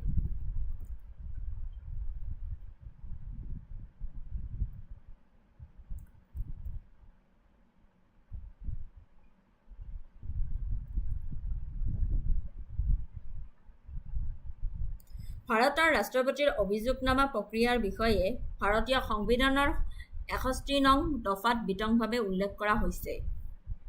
ঠিক আছে, ইয়াত উল্লেখ কৰা হৈছে যে ৰাষ্ট্ৰপতিৰ বিৰুদ্ধে অভিযোগনামা দাখিলৰ বাবে প্ৰস্তাৱ লোকসভা বা ৰাজ্যসভা যিকোনো এটাতে আৰম্ভ কৰিব পাৰি। প্ৰক্ৰিয়াটোৰ লগত জড়িত হৈ আছে দীক্ষা অভিযোগসমূহ সন্নিৱিষ্ট কৰা প্ৰস্তাৱত যিটো সদনত ইয়াক উত্থাপন কৰা হয় সেই সদনৰ মুঠ সদস্যৰ কমেও 1/4 স্বাক্ষৰ কৰিব লাগিব। জাননী দিব লাগিব, 14 দিনৰ জাননীৰ সময়সীমা ৰাষ্ট্ৰপতিক দিব লাগিব। প্ৰথম সদনত গৃহীত, তাৰ পিছত সেই সদনৰ মুঠ সদস্যৰ 2/3 অংশতকৈ কম নহয় সংখ্যাগৰিষ্ঠতাৰে প্ৰস্তাৱটো গৃহীত হ'ব লাগিব। অন্য সদনৰ দ্বাৰা তদন্ত, এই এটা সদনে গৃহীত হোৱাৰ পিছত প্ৰস্তাৱটো আনটো সদনলৈ প্ৰেৰণ কৰা হয় যিয়ে অভিযোগৰ তদন্ত কৰে। এই তদন্তৰ সময়ত ৰাষ্ট্ৰপতিৰ উপস্থিতি আৰু প্ৰতিনিধিত্ব কৰাৰ অধিকাৰ আছে। দ্বিতীয় সদনত গৃহীত হোৱা যদিহে তদন্তৰ পিছত আনটো সদনেও ইয়াৰ মুঠ সদস্যৰ 2/3 অংশতকৈ কম নহয় সংখ্যাগৰিষ্ঠৰ প্ৰস্তাৱটো গৃহীত কৰে, তেন্তে প্ৰস্তাৱটো গৃহীত হোৱাৰ তাৰিখৰ পৰাই ৰাষ্ট্ৰপতিক কাৰ্যভাৰৰ পৰা অপসাৰণ কৰা হ'ব। বুজি পাইছেনে? দ্বিতীয় সদনত যদি গৃহীত হয় সেই তদন্তটোৰ পিছত আনটো সদনেও যদি ইয়াৰ মুঠ সদস্যৰ 2/3 অংশতকৈ কম নহয় সংখ্যাগৰিষ্ঠতাৰে প্ৰস্তাৱটো গৃহীত কৰে তেনেহ'লে ৰাষ্ট্ৰপতি কাৰ্যভাৰৰ পৰা অপসাৰণ কৰা হ'ব।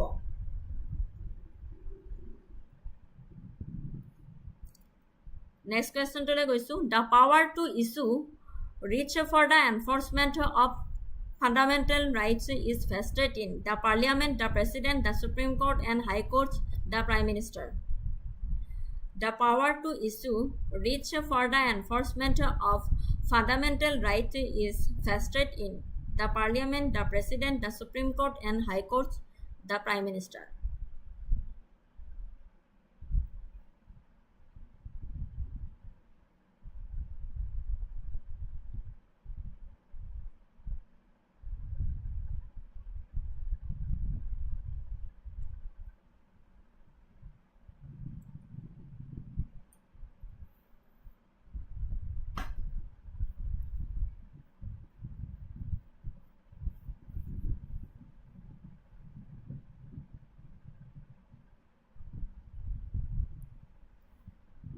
Correct answer to is the Supreme Court and High Courts.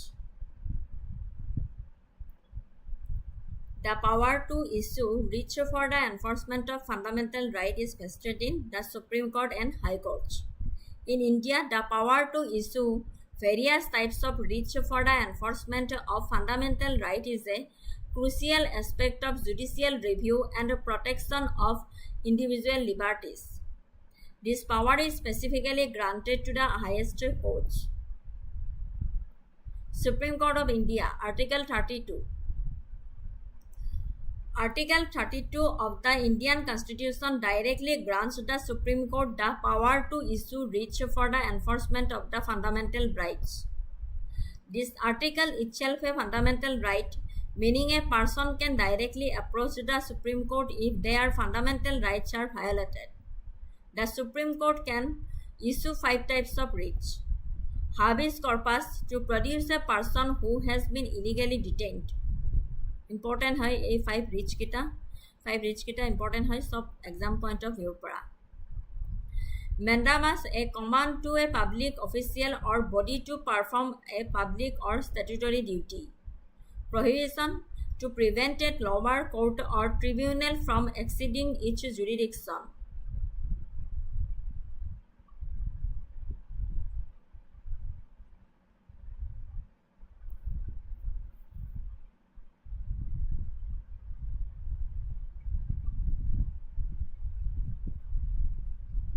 Certiorari, the was an order made by a lower court or tribunal in excess of jurisdiction or with an error of law.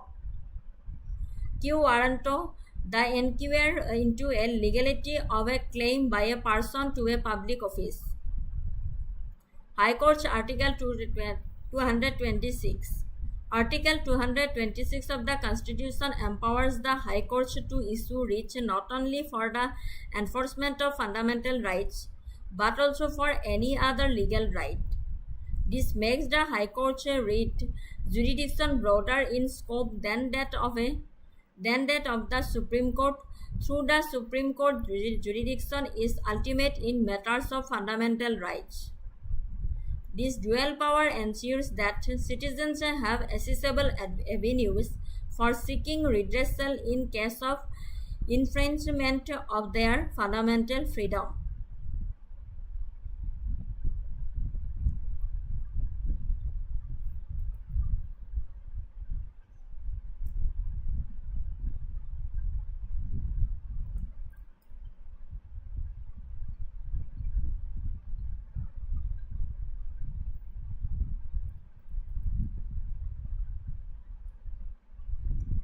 ভাৰতবৰ্ষত মৌলিক অধিকাৰ বলবৎ কৰাৰ বাবে বিভিন্ন ধৰণৰ writ জাৰি কৰাৰ ক্ষমতা ন্যায়িক পৰ্যালোচনা আৰু ব্যক্তিগত স্বাধীনতা সুৰক্ষাৰ এক গুৰুত্বপূৰ্ণ দিশ। এই ক্ষমতা বিশেষভাৱে উচ্চতম আদালতক প্ৰদান কৰা হয়। ভাৰতৰ উচ্চতম ন্যায়ালয় অনুচ্ছেদ 32 ভাৰতীয় সংবিধানৰ 32 নং অনুচ্ছেদত মৌলিক অধিকাৰ বলবৎ কৰাৰ বাবে উচ্চতম ন্যায়ালয়ক ৰিট জাৰি কৰাৰ ক্ষমতা পোনপটীয়াকৈ প্ৰদান কৰা হৈছে। এলেখাটো নিজেই এটা মৌলিক অধিকাৰ, অৰ্থাৎ এজন ব্যক্তিয়ে তেওঁলোকৰ মৌলিক অধিকাৰ খৰ্ব হ'লে পোনপটীয়াকৈ উচ্চতম ন্যায়ালয়ৰ কাষ চাপিব পাৰে। ঠিক আছে, মৌলিক অধিকাৰ খৰ্ব হ'লে এজন ব্যক্তি তেওঁ পোনপটীয়াকৈ উচ্চতম ন্যায়ালয়ৰ কাষ চাপিব পাৰে আৰু তেতিয়াই উচ্চতম ন্যায়ালয়ে এই 5 ধৰণৰ ৰিট জাৰি কৰিব পাৰে। হাবিয়াছ কৰ্পাছ, অবৈধভাৱে আটক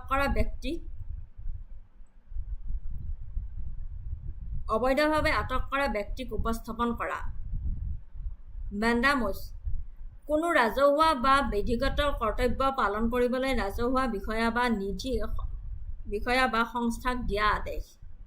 কোনো ৰাজহুৱা বা বিধিগত কৰ্তব্য পালন কৰিবলৈ ৰাজহুৱা বিষয়া বা সংস্থাক দিয়া আদেশ।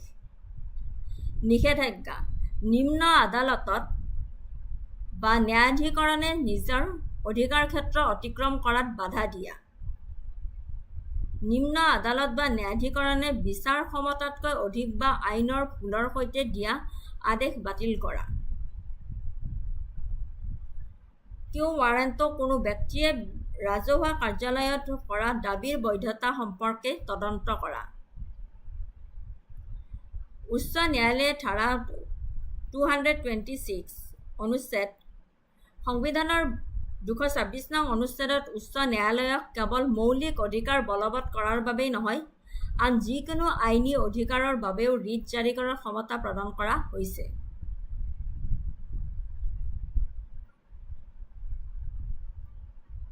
ইয়াৰ ফলত উচ্চতম ন্যায়ালয়ৰ ৰিট বিচাৰ ক্ষমতা উচ্চতম ন্যায়ালয়তকৈ বহল হৈ পৰে যদিও মৌলিক অধিকাৰৰ ক্ষেত্ৰত উচ্চতম ন্যায়ালয়ৰ অধিকাৰ চূড়ান্ত।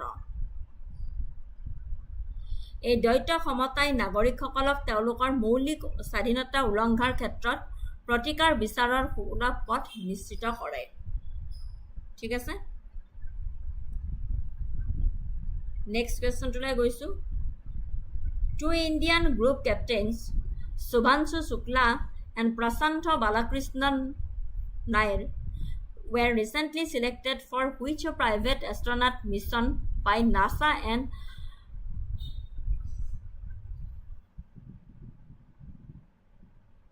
Axiom Space?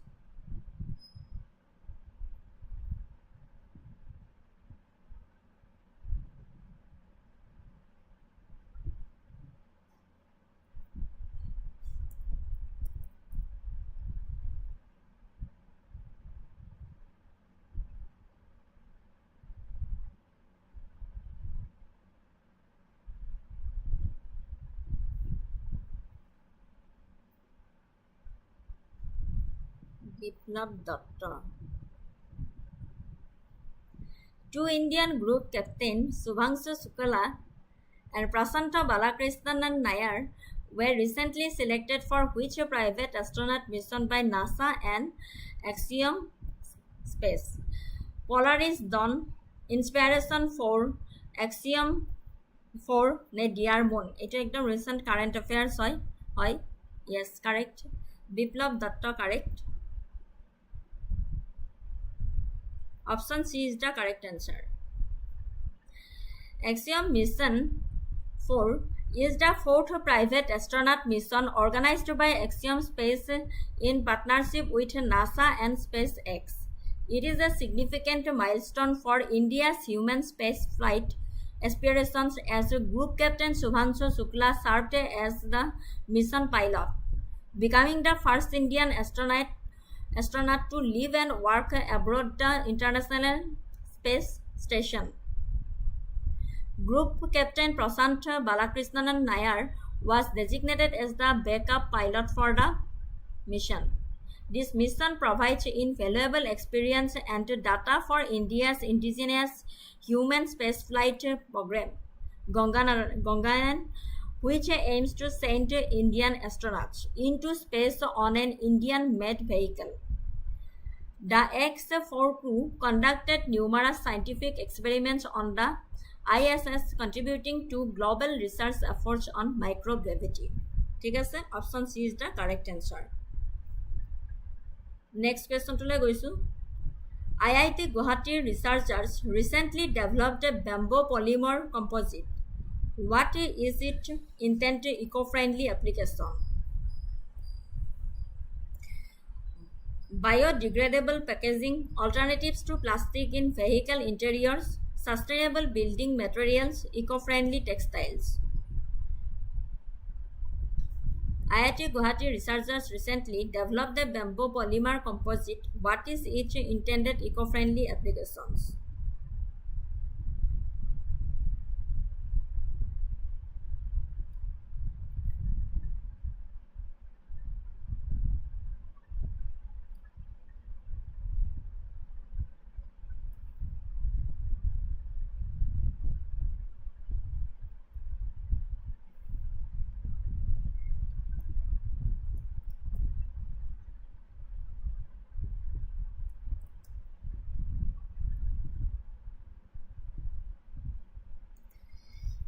Correct answer to whole option B is the correct answer. Alternatives to plastic in vehicle interiors.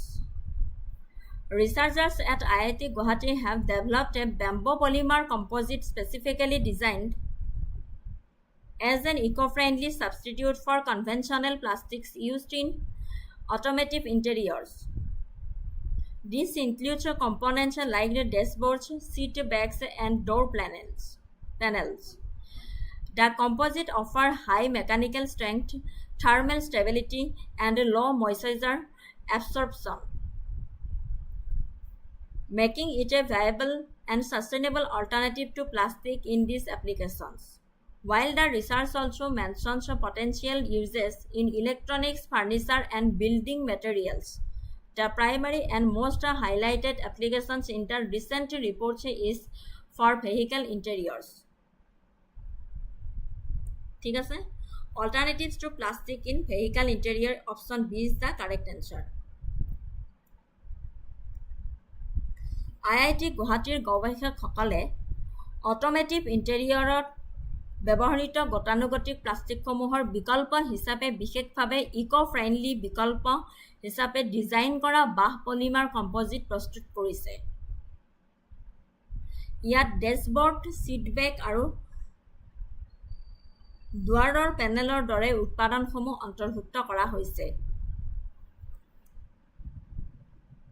এই কম্পোজিটে উচ্চ যান্ত্ৰিক শক্তি, তাপীয় স্থিৰতা আৰু কম আৰ্দ্ৰতা শোষণ প্ৰদান কৰে, যাৰ ফলত ই প্ৰয়োগসমূহত প্লাষ্টিকৰ বিকল্প আৰু বহনক্ষম।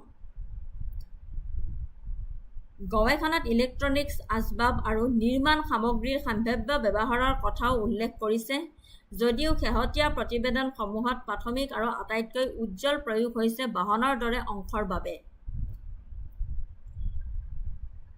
IIT গুৱাহাটীৰ গৱেষকসকলে অট'মোটিভ ইণ্টেৰিয়ৰত ব্যৱহৃত গতানুগতিক প্লাষ্টিকসমূহৰ বিকল্প হিচাপে বিশেষভাৱে ইক'-ফ্ৰেণ্ডলি বিকল্প হিচাপে ডিজাইন কৰা বাঁহ পলিমাৰ কম্পোজিট প্ৰস্তুত কৰিছে।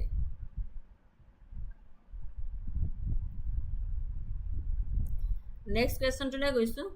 The Indian government has extended the tenure of Chief Economic Advisor V. Anantha Nageswaran until which date? March 31, 2026, March 31, 2027, February 28, 2026, January 31, 2027. The Indian government has extended the tenure of Chief Economic Advisor V. Anantha Nageswaran until which date?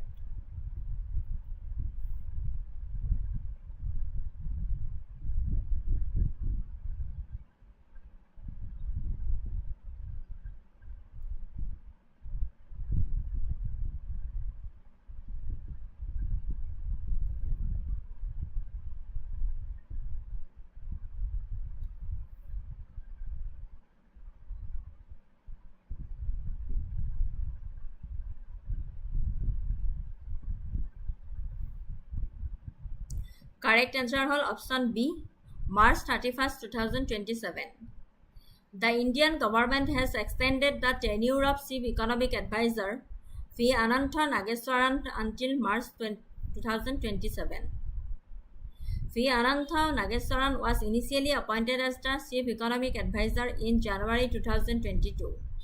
In February 2025, the Appointments Committee of the Cabinet, headed by Prime Minister Narendra Modi, approved a 2-year extension for him on a contract basis.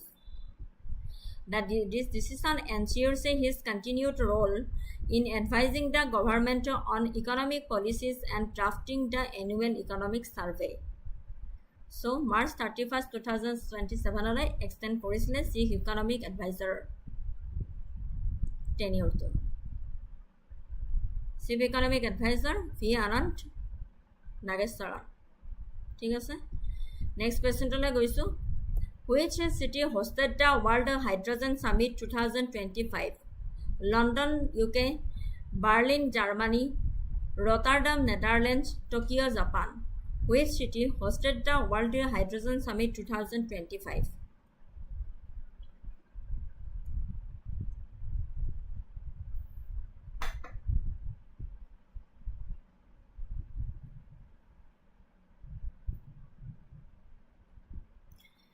World Hydrogen Summit 2025 কোনখন চিটিয়ে হোষ্টেড কৰিছে?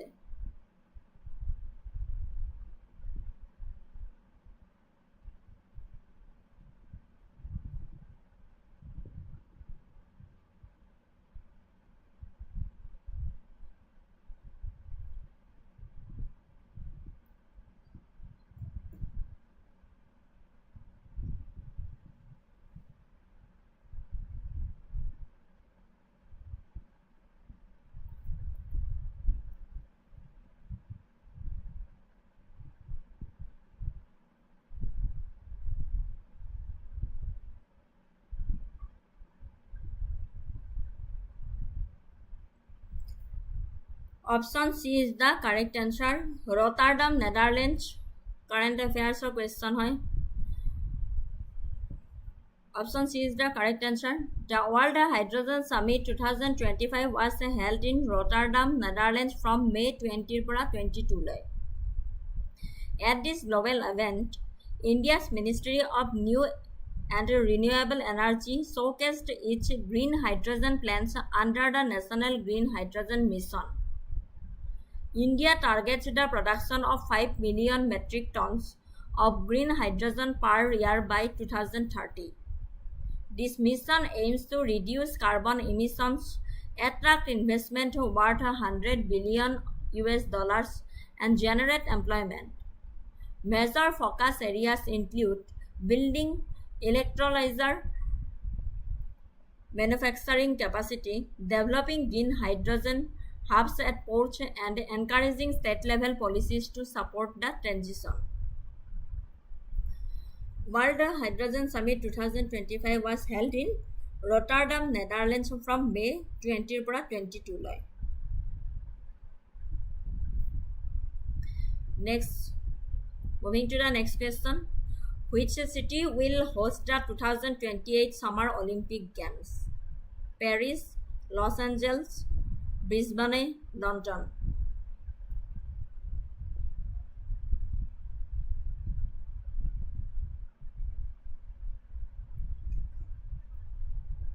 Which city will host the 2028 Summer Olympic Games?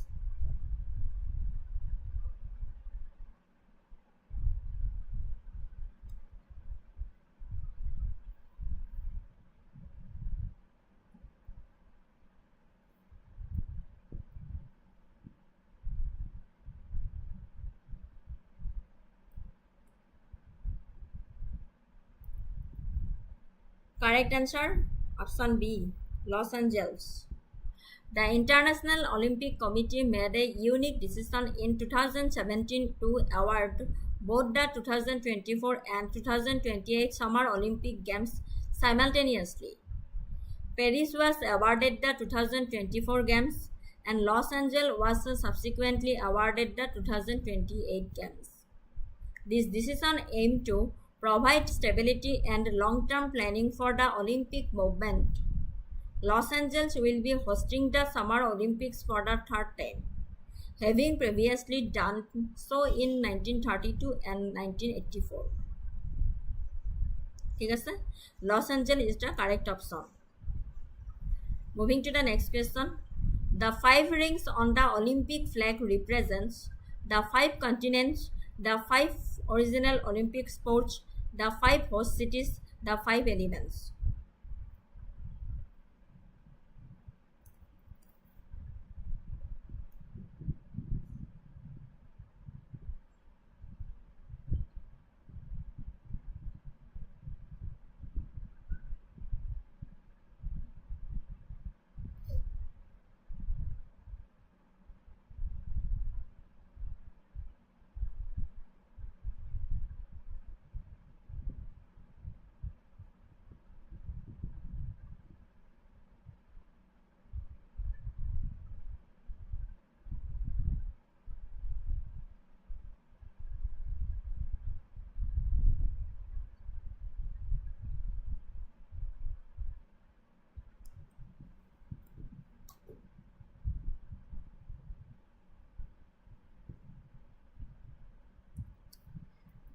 Correct answer to hold the 5 continents.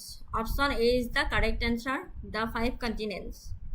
The iconic Olympic rings are a globally recognized symbol. Each of the 5 interlocking rings represents one of the 5 inhabited continents of the world. Blue Europe, yellow Asia, black Africa, green Australia, red the Americas. The designer of the flag, Pierre de Coubertin, the founder of the modern Olympic Games, intended for the rings to symbolize the unity of the world's athletes coming together in friendly competition, regardless of their origin. He also noted that at least one of these 5 colors, plus the white background of the flag, is found in the national flag of every country in the world. The 5 continents. The iconic Olympic rings are a globally recognized symbol. Each of the 5 interlocking rings represents one of the 5 inhabited continents of the world. এইটা মনত ৰাখিব ব্লুটোৱে কি সূচায় য়েল্লোটোৱে কি সূচায় ব্লেকটোৱে কি সূচায় কোনখন দেশক গ্ৰীণটোৱে কোনখন দেশক বুজায় ৰেডটোৱে কোনখন দেশক বুজায়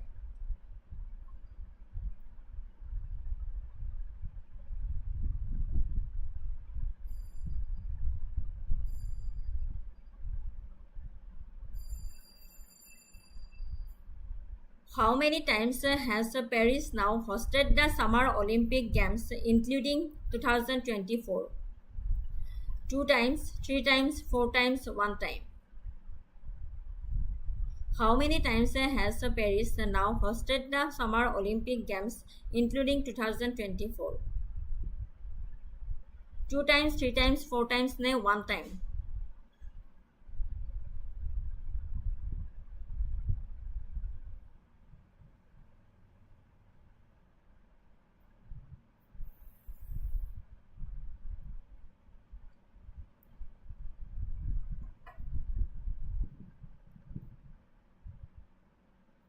Correct answer to whole option B 3 times. Paris has now hosted the Summer Olympics 3 times in 1900, 1924 and 2024. Monot rakhibo how many times has Paris now hosted the Summer Olympic Games including 2024? Option B is the correct answer 3 times. Paris has now hosted the Summer Olympics 3 times 1900, 1924, 2024. Moving to the next question. The ongoing discussions for a global plastics treaty, which resumed in 2025, primarily aim to mitigate the geographical impact of ocean acidification, marine pollution, overfishing, and coral bleaching. The ongoing discussions for a global plastic treaty, which resumed in 2025, primarily aim to mitigate the geographical impact of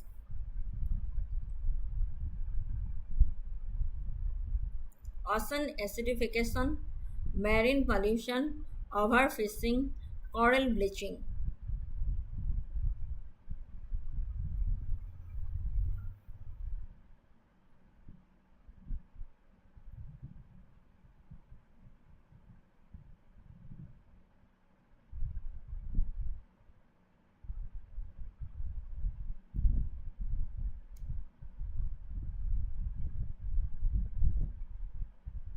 কি হয় correct answer to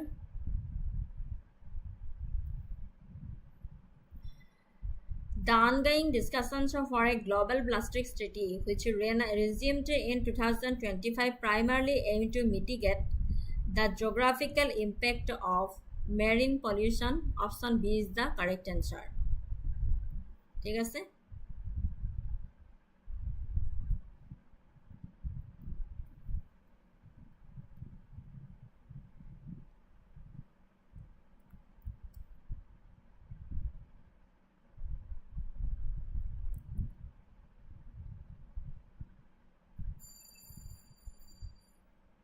global plastic treaty আনুষ্ঠানিকভাৱে plastic প্ৰদূষণৰ ওপৰত আন্তঃৰাষ্ট্ৰীয় আইনগতভাৱে বাধ্যতামূলক যন্ত্ৰ হিচাপে জনাজাত গ্লোবেল প্লাষ্টিক ট্ৰিটি হৈছে ৰাষ্ট্ৰসংঘৰ পৰিৱেশ কাৰ্যসূচীৰ তত্ত্বাৱধানত আলোচনা চলি থকা এক লেণ্ডমাৰ্ক পদক্ষেপ ই কেন্দ্ৰীয় উদ্দেশ্য হৈছে প্লাষ্টিক প্ৰদূষণৰ বিশ্বব্যাপী সংকটৰ সৈতে মোকাবিলা কৰা যিয়ে পৰিৱেশ আৰু ভৌগোলিক ক্ষেত্ৰত ভয়াৱহ প্ৰভাৱ পেলায়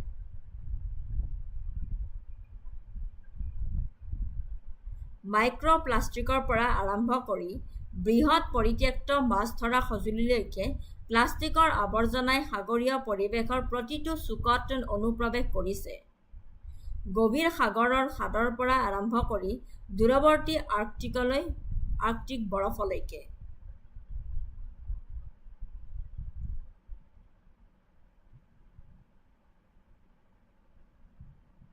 এই প্লাষ্টিক প্ৰদূষণে প্ৰত্যক্ষভাৱে সাগৰীয় জীৱক প্ৰভাৱিত কৰে খাদ্য শৃংখল দূষিত কৰে আৰু উপকূলীয় আৰু সাগৰীয় পৰিৱেশ তন্ত্ৰৰ অৱক্ষয় ঘটায় এই সন্ধিৰ লক্ষ্য হৈছে প্লাষ্টিকৰ বাবে এক বৃত্তাকাৰ অৰ্থনীতি গঢ়ি তোলা প্লাষ্টিক উৎপাদন আৰু ব্যৱহাৰ হ্ৰাস কৰা আৰু আৱৰ্জনা ব্যৱস্থাপনা উন্নত কৰা যাতে প্লাষ্টিক পৰিৱেশ বিশেষকৈ মহাসাগৰত প্ৰৱেশ কৰিব নোৱাৰে। গতিকে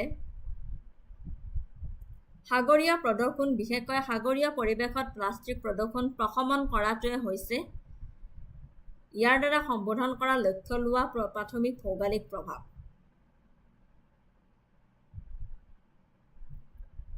সাগৰীয় প্ৰদূষণ বিশেষকৈ সাগৰীয় পৰিৱেশত প্লাষ্টিক প্ৰদূষণ যে হৈছে তাৰে সেইটো লাঘৱ কৰাটোৱে হৈছে ইয়াৰ দ্বাৰা সমাধান কৰাৰ লক্ষ্য।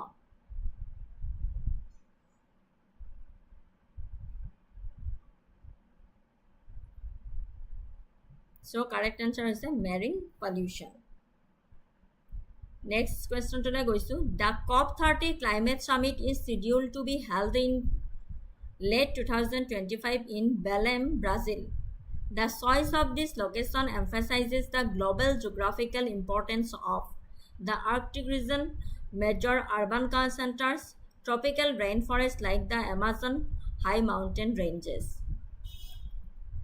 The COP30 climate summit is scheduled to be held in late 2025 in Belém, Brazil. The choice of this location emphasizes the global geographical importance of.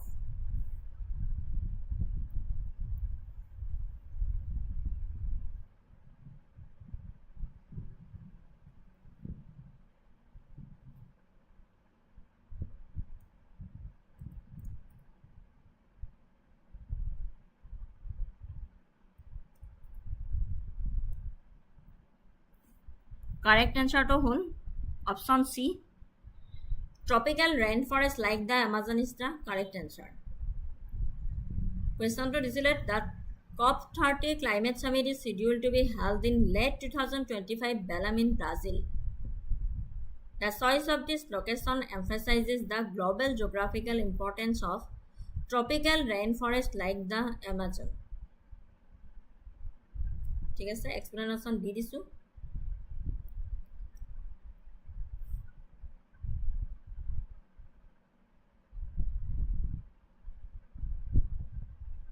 ৰাষ্ট্ৰসংঘৰ জলবায়ু পৰিৱৰ্তনৰ কাঠামো চুক্তি সৰ্বোচ্চ সিদ্ধান্ত গ্ৰহণকাৰী সংস্থাটোৱে হৈছে পক্ষসমূহৰ সন্মিলন শীৰ্ষ সন্মিলন।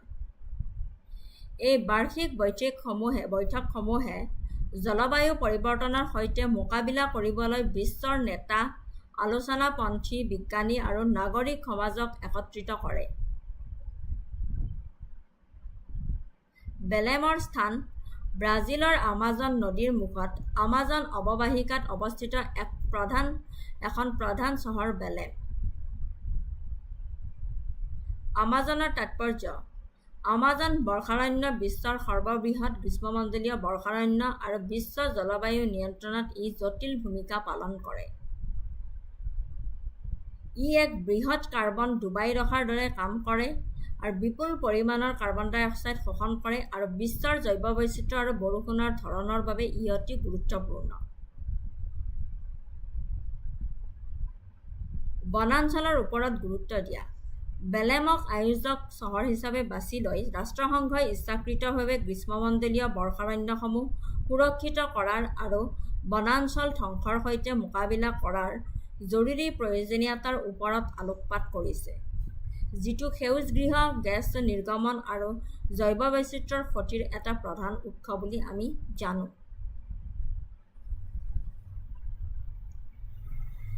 ই জলবায়ুৰ স্থিতিশীলতাৰ বাবে গ্ৰহটোৰ অন্যতম গুৰুত্বপূৰ্ণ পৰিৱেশ তন্ত্ৰৰ মূলতঃ ভৌগোলিকভাৱে শীৰ্ষ সন্মিলনক স্থান দিছে। এই অঞ্চলসমূহৰ ভূমি ব্যৱহাৰ, খিলঞ্জীয়াৰ অধিকাৰ আৰু বহনক্ষম উন্নয়নৰ দৰে বিষয়সমূহৰ প্ৰতি প্ৰত্যক্ষ মনোযোগ দিবলৈ আহ্বান জনাইছে। ঠিক আছে, নেক্সট কুৱেশ্যনটোলৈ গৈছো। Sanchi Stupa, a UNESCO World Heritage Site known for its well-preserved Buddhist monuments, is located in which site? Which state? Uttar Pradesh, Bihar, Madhya Pradesh, Gujarat. Sanchi Stupa, a UNESCO World Heritage Site known for its well-preserved Buddhist monuments, is located in which state?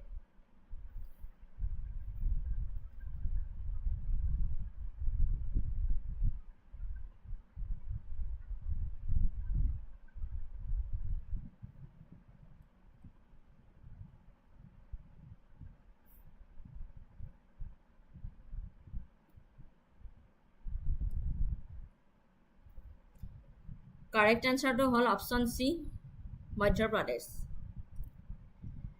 The Sanchi Stupa is one of the India's most important and well-preserved Buddhist complexes.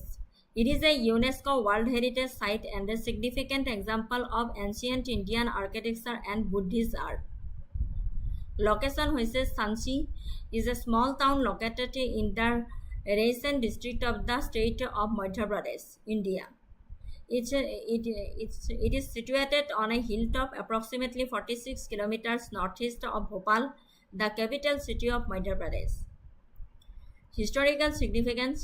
The Great Stupa at Sanchi, the most prominent structure, was originally commissioned by Emperor Ashoka in the 3rd century BCE. Ashoka, a powerful Mauryan emperor, was instrumental in spreading Buddhism across India and beyond. The stupa was built over the relics of the Buddha and later additions, particularly the elaborately carved gateways, in the 1st century BCE, enhanced its grandeur. These carvings depict scenes from the life of Buddha and Jataka tales. UNESCO World Heritage Status. Sanchi was designated a UNESCO World Heritage Site in 1989. মনত ৰাখিব এইটো recognizing its outstanding universal value as a testament to the rise and spread of Buddhism in India and its exceptional artistry. Moving to the next question. The famous dance drama form of Kathakali, known for its elaborate makeup, vibrant costumes, and intricate hand gestures, originated in which South Indian state? Tamil Nadu, Andhra Pradesh, Karnataka, Kerala. The famous dance drama form of Kathakali, known for its elaborate makeup, vibrant costumes, and intricate hand gestures, originated in which South Indian state?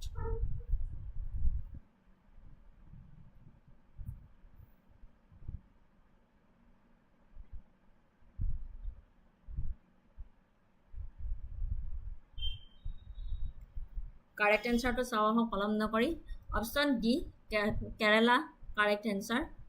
Kathakali is one of the major classical dance forms of India, renowned for its highly stylish and dramatic presentation. The name Kathakali literally translates to story play, combining Katha story and Kali play. Elaborate makeup, vibrant characteristics kita hoise Kathakali, vibrant costumes, intricate hand gestures, music and percussions. Kathakali originated and developed in the southwestern Indian state Kerala during the 17th century. It evolved from earlier temple and folk art forms and became a sophisticated classical art form over centuries, patronized by local kings and chieftains.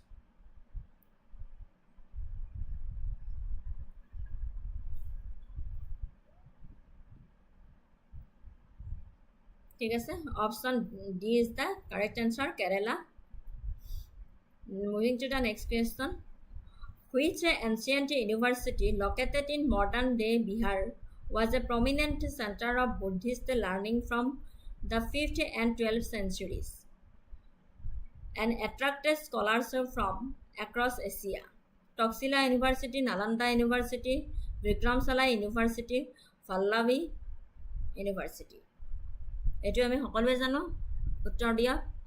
Which ancient university located in modern day Bihar was a prominent center of Buddhist learning from the 5th to 12th centuries and attracted scholars from across Asia?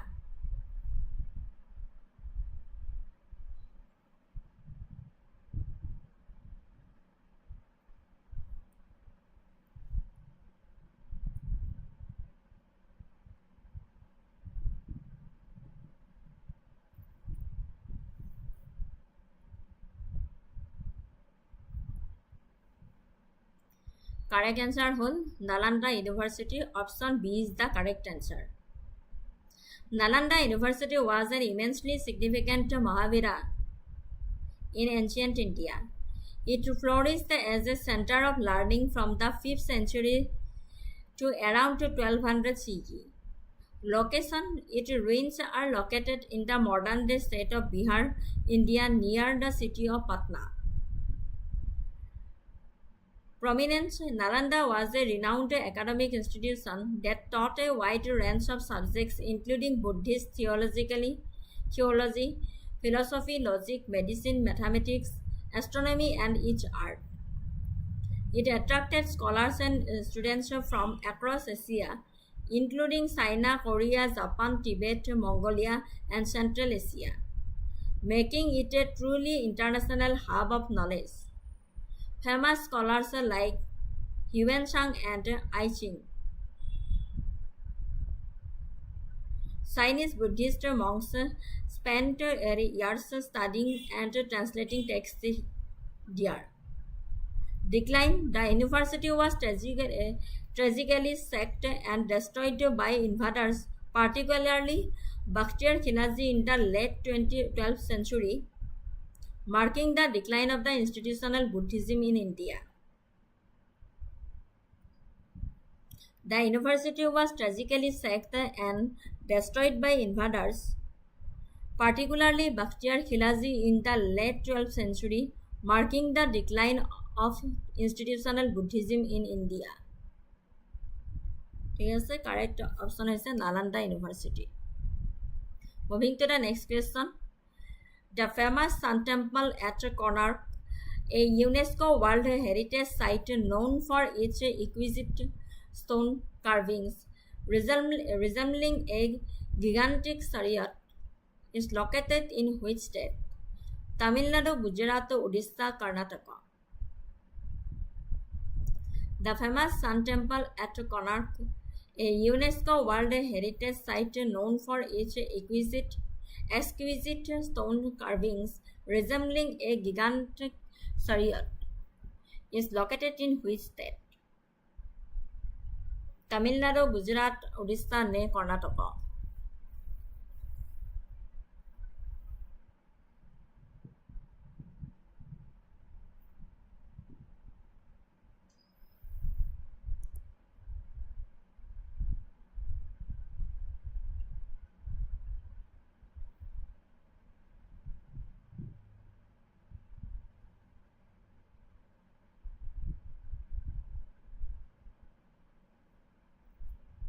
Correct answer to whole option C, Odisha.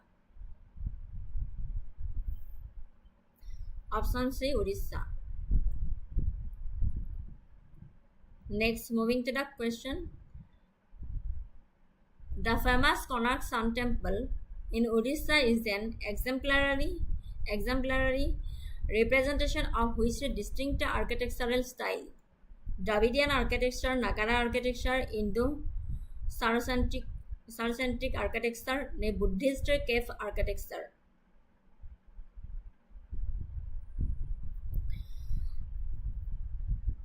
The famous Konark Sun Temple in Odisha is an exemplary representation of which distinct architectural style? Dravidian architecture, ne Nagara architecture, ne Indo-Saracenic center, ne Buddhist cave architecture.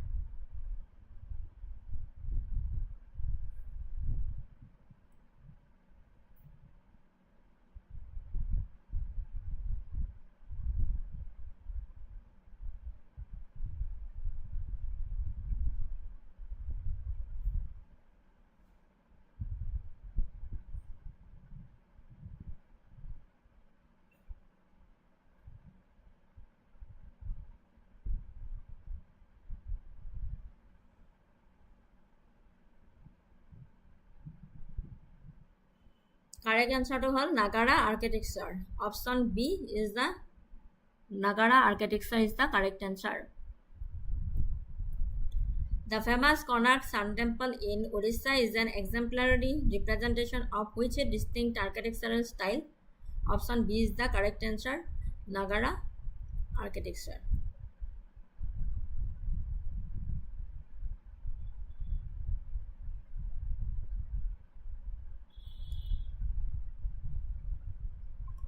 Moving to the next আচ্ছা আজিলৈ মই thank you আজিলৈ মই 40টা question আনিছিলোঁ important আছে ইয়াৰ আৰু ক্লাছত আনিম মই নেক্সট ক্লাছত আৰু আনিম ইম্পৰ্টেণ্ট কুৱেশ্যন গুৱাহাটী হাইকোৰ্টৰ জুনিয়ৰ এডমিনিষ্ট্ৰেটিভ এছিষ্টেণ্টৰ কাৰণে যিমানখিনি পাৰোঁ মই আপোনালোকক হেল্প কৰিম কমেণ্ট পেলাই দিবলৈকে বাকী আপোনালোকেও নিজেও পঢ়ক চ' আৰু ইমান সময়ে মোৰ ক্লাছটো যোনে যোনে চালে তেওঁলোকক অশেষ ধন্যবাদ জনাইছোঁ আপোনালোকে ভালকৈ পঢ়ি থাকক আৰু যোনে যোনে এপ্লাই কৰা নাই এতিয়ালৈকে গুৱাহাটী হাইকোৰ্ট ৰিচা সোনকালে কৰি লওক মাত্ৰ 3 দিন বাকী আছে 31 জুলাই লাষ্ট ডেট হয় চ' পুনৰ নেক্সট ক্লাছ এটিত লগ পোৱাৰ আশাৰে আপোনালোকৰ পৰা আজিলৈ বিদায় মাগিছোঁ শুভৰাত্ৰি যদি মোৰ এই ভিডিঅ'টো আপোনালোকৰ ভাল লাগিছে ক্লাছটো চাই ভাল লাগিছে তেতিয়াহ'লে আপোনালোকে শ্বেয়াৰ কৰি দিব বুলি আশা ৰাখিলোঁ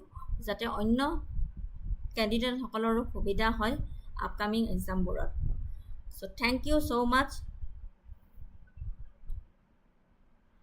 পুনৰ নতুন ক্লাছ এটিত লগ পোৱাৰ আশাৰে আজিলৈ বিদায় মাগিছোঁ ধন্যবাদ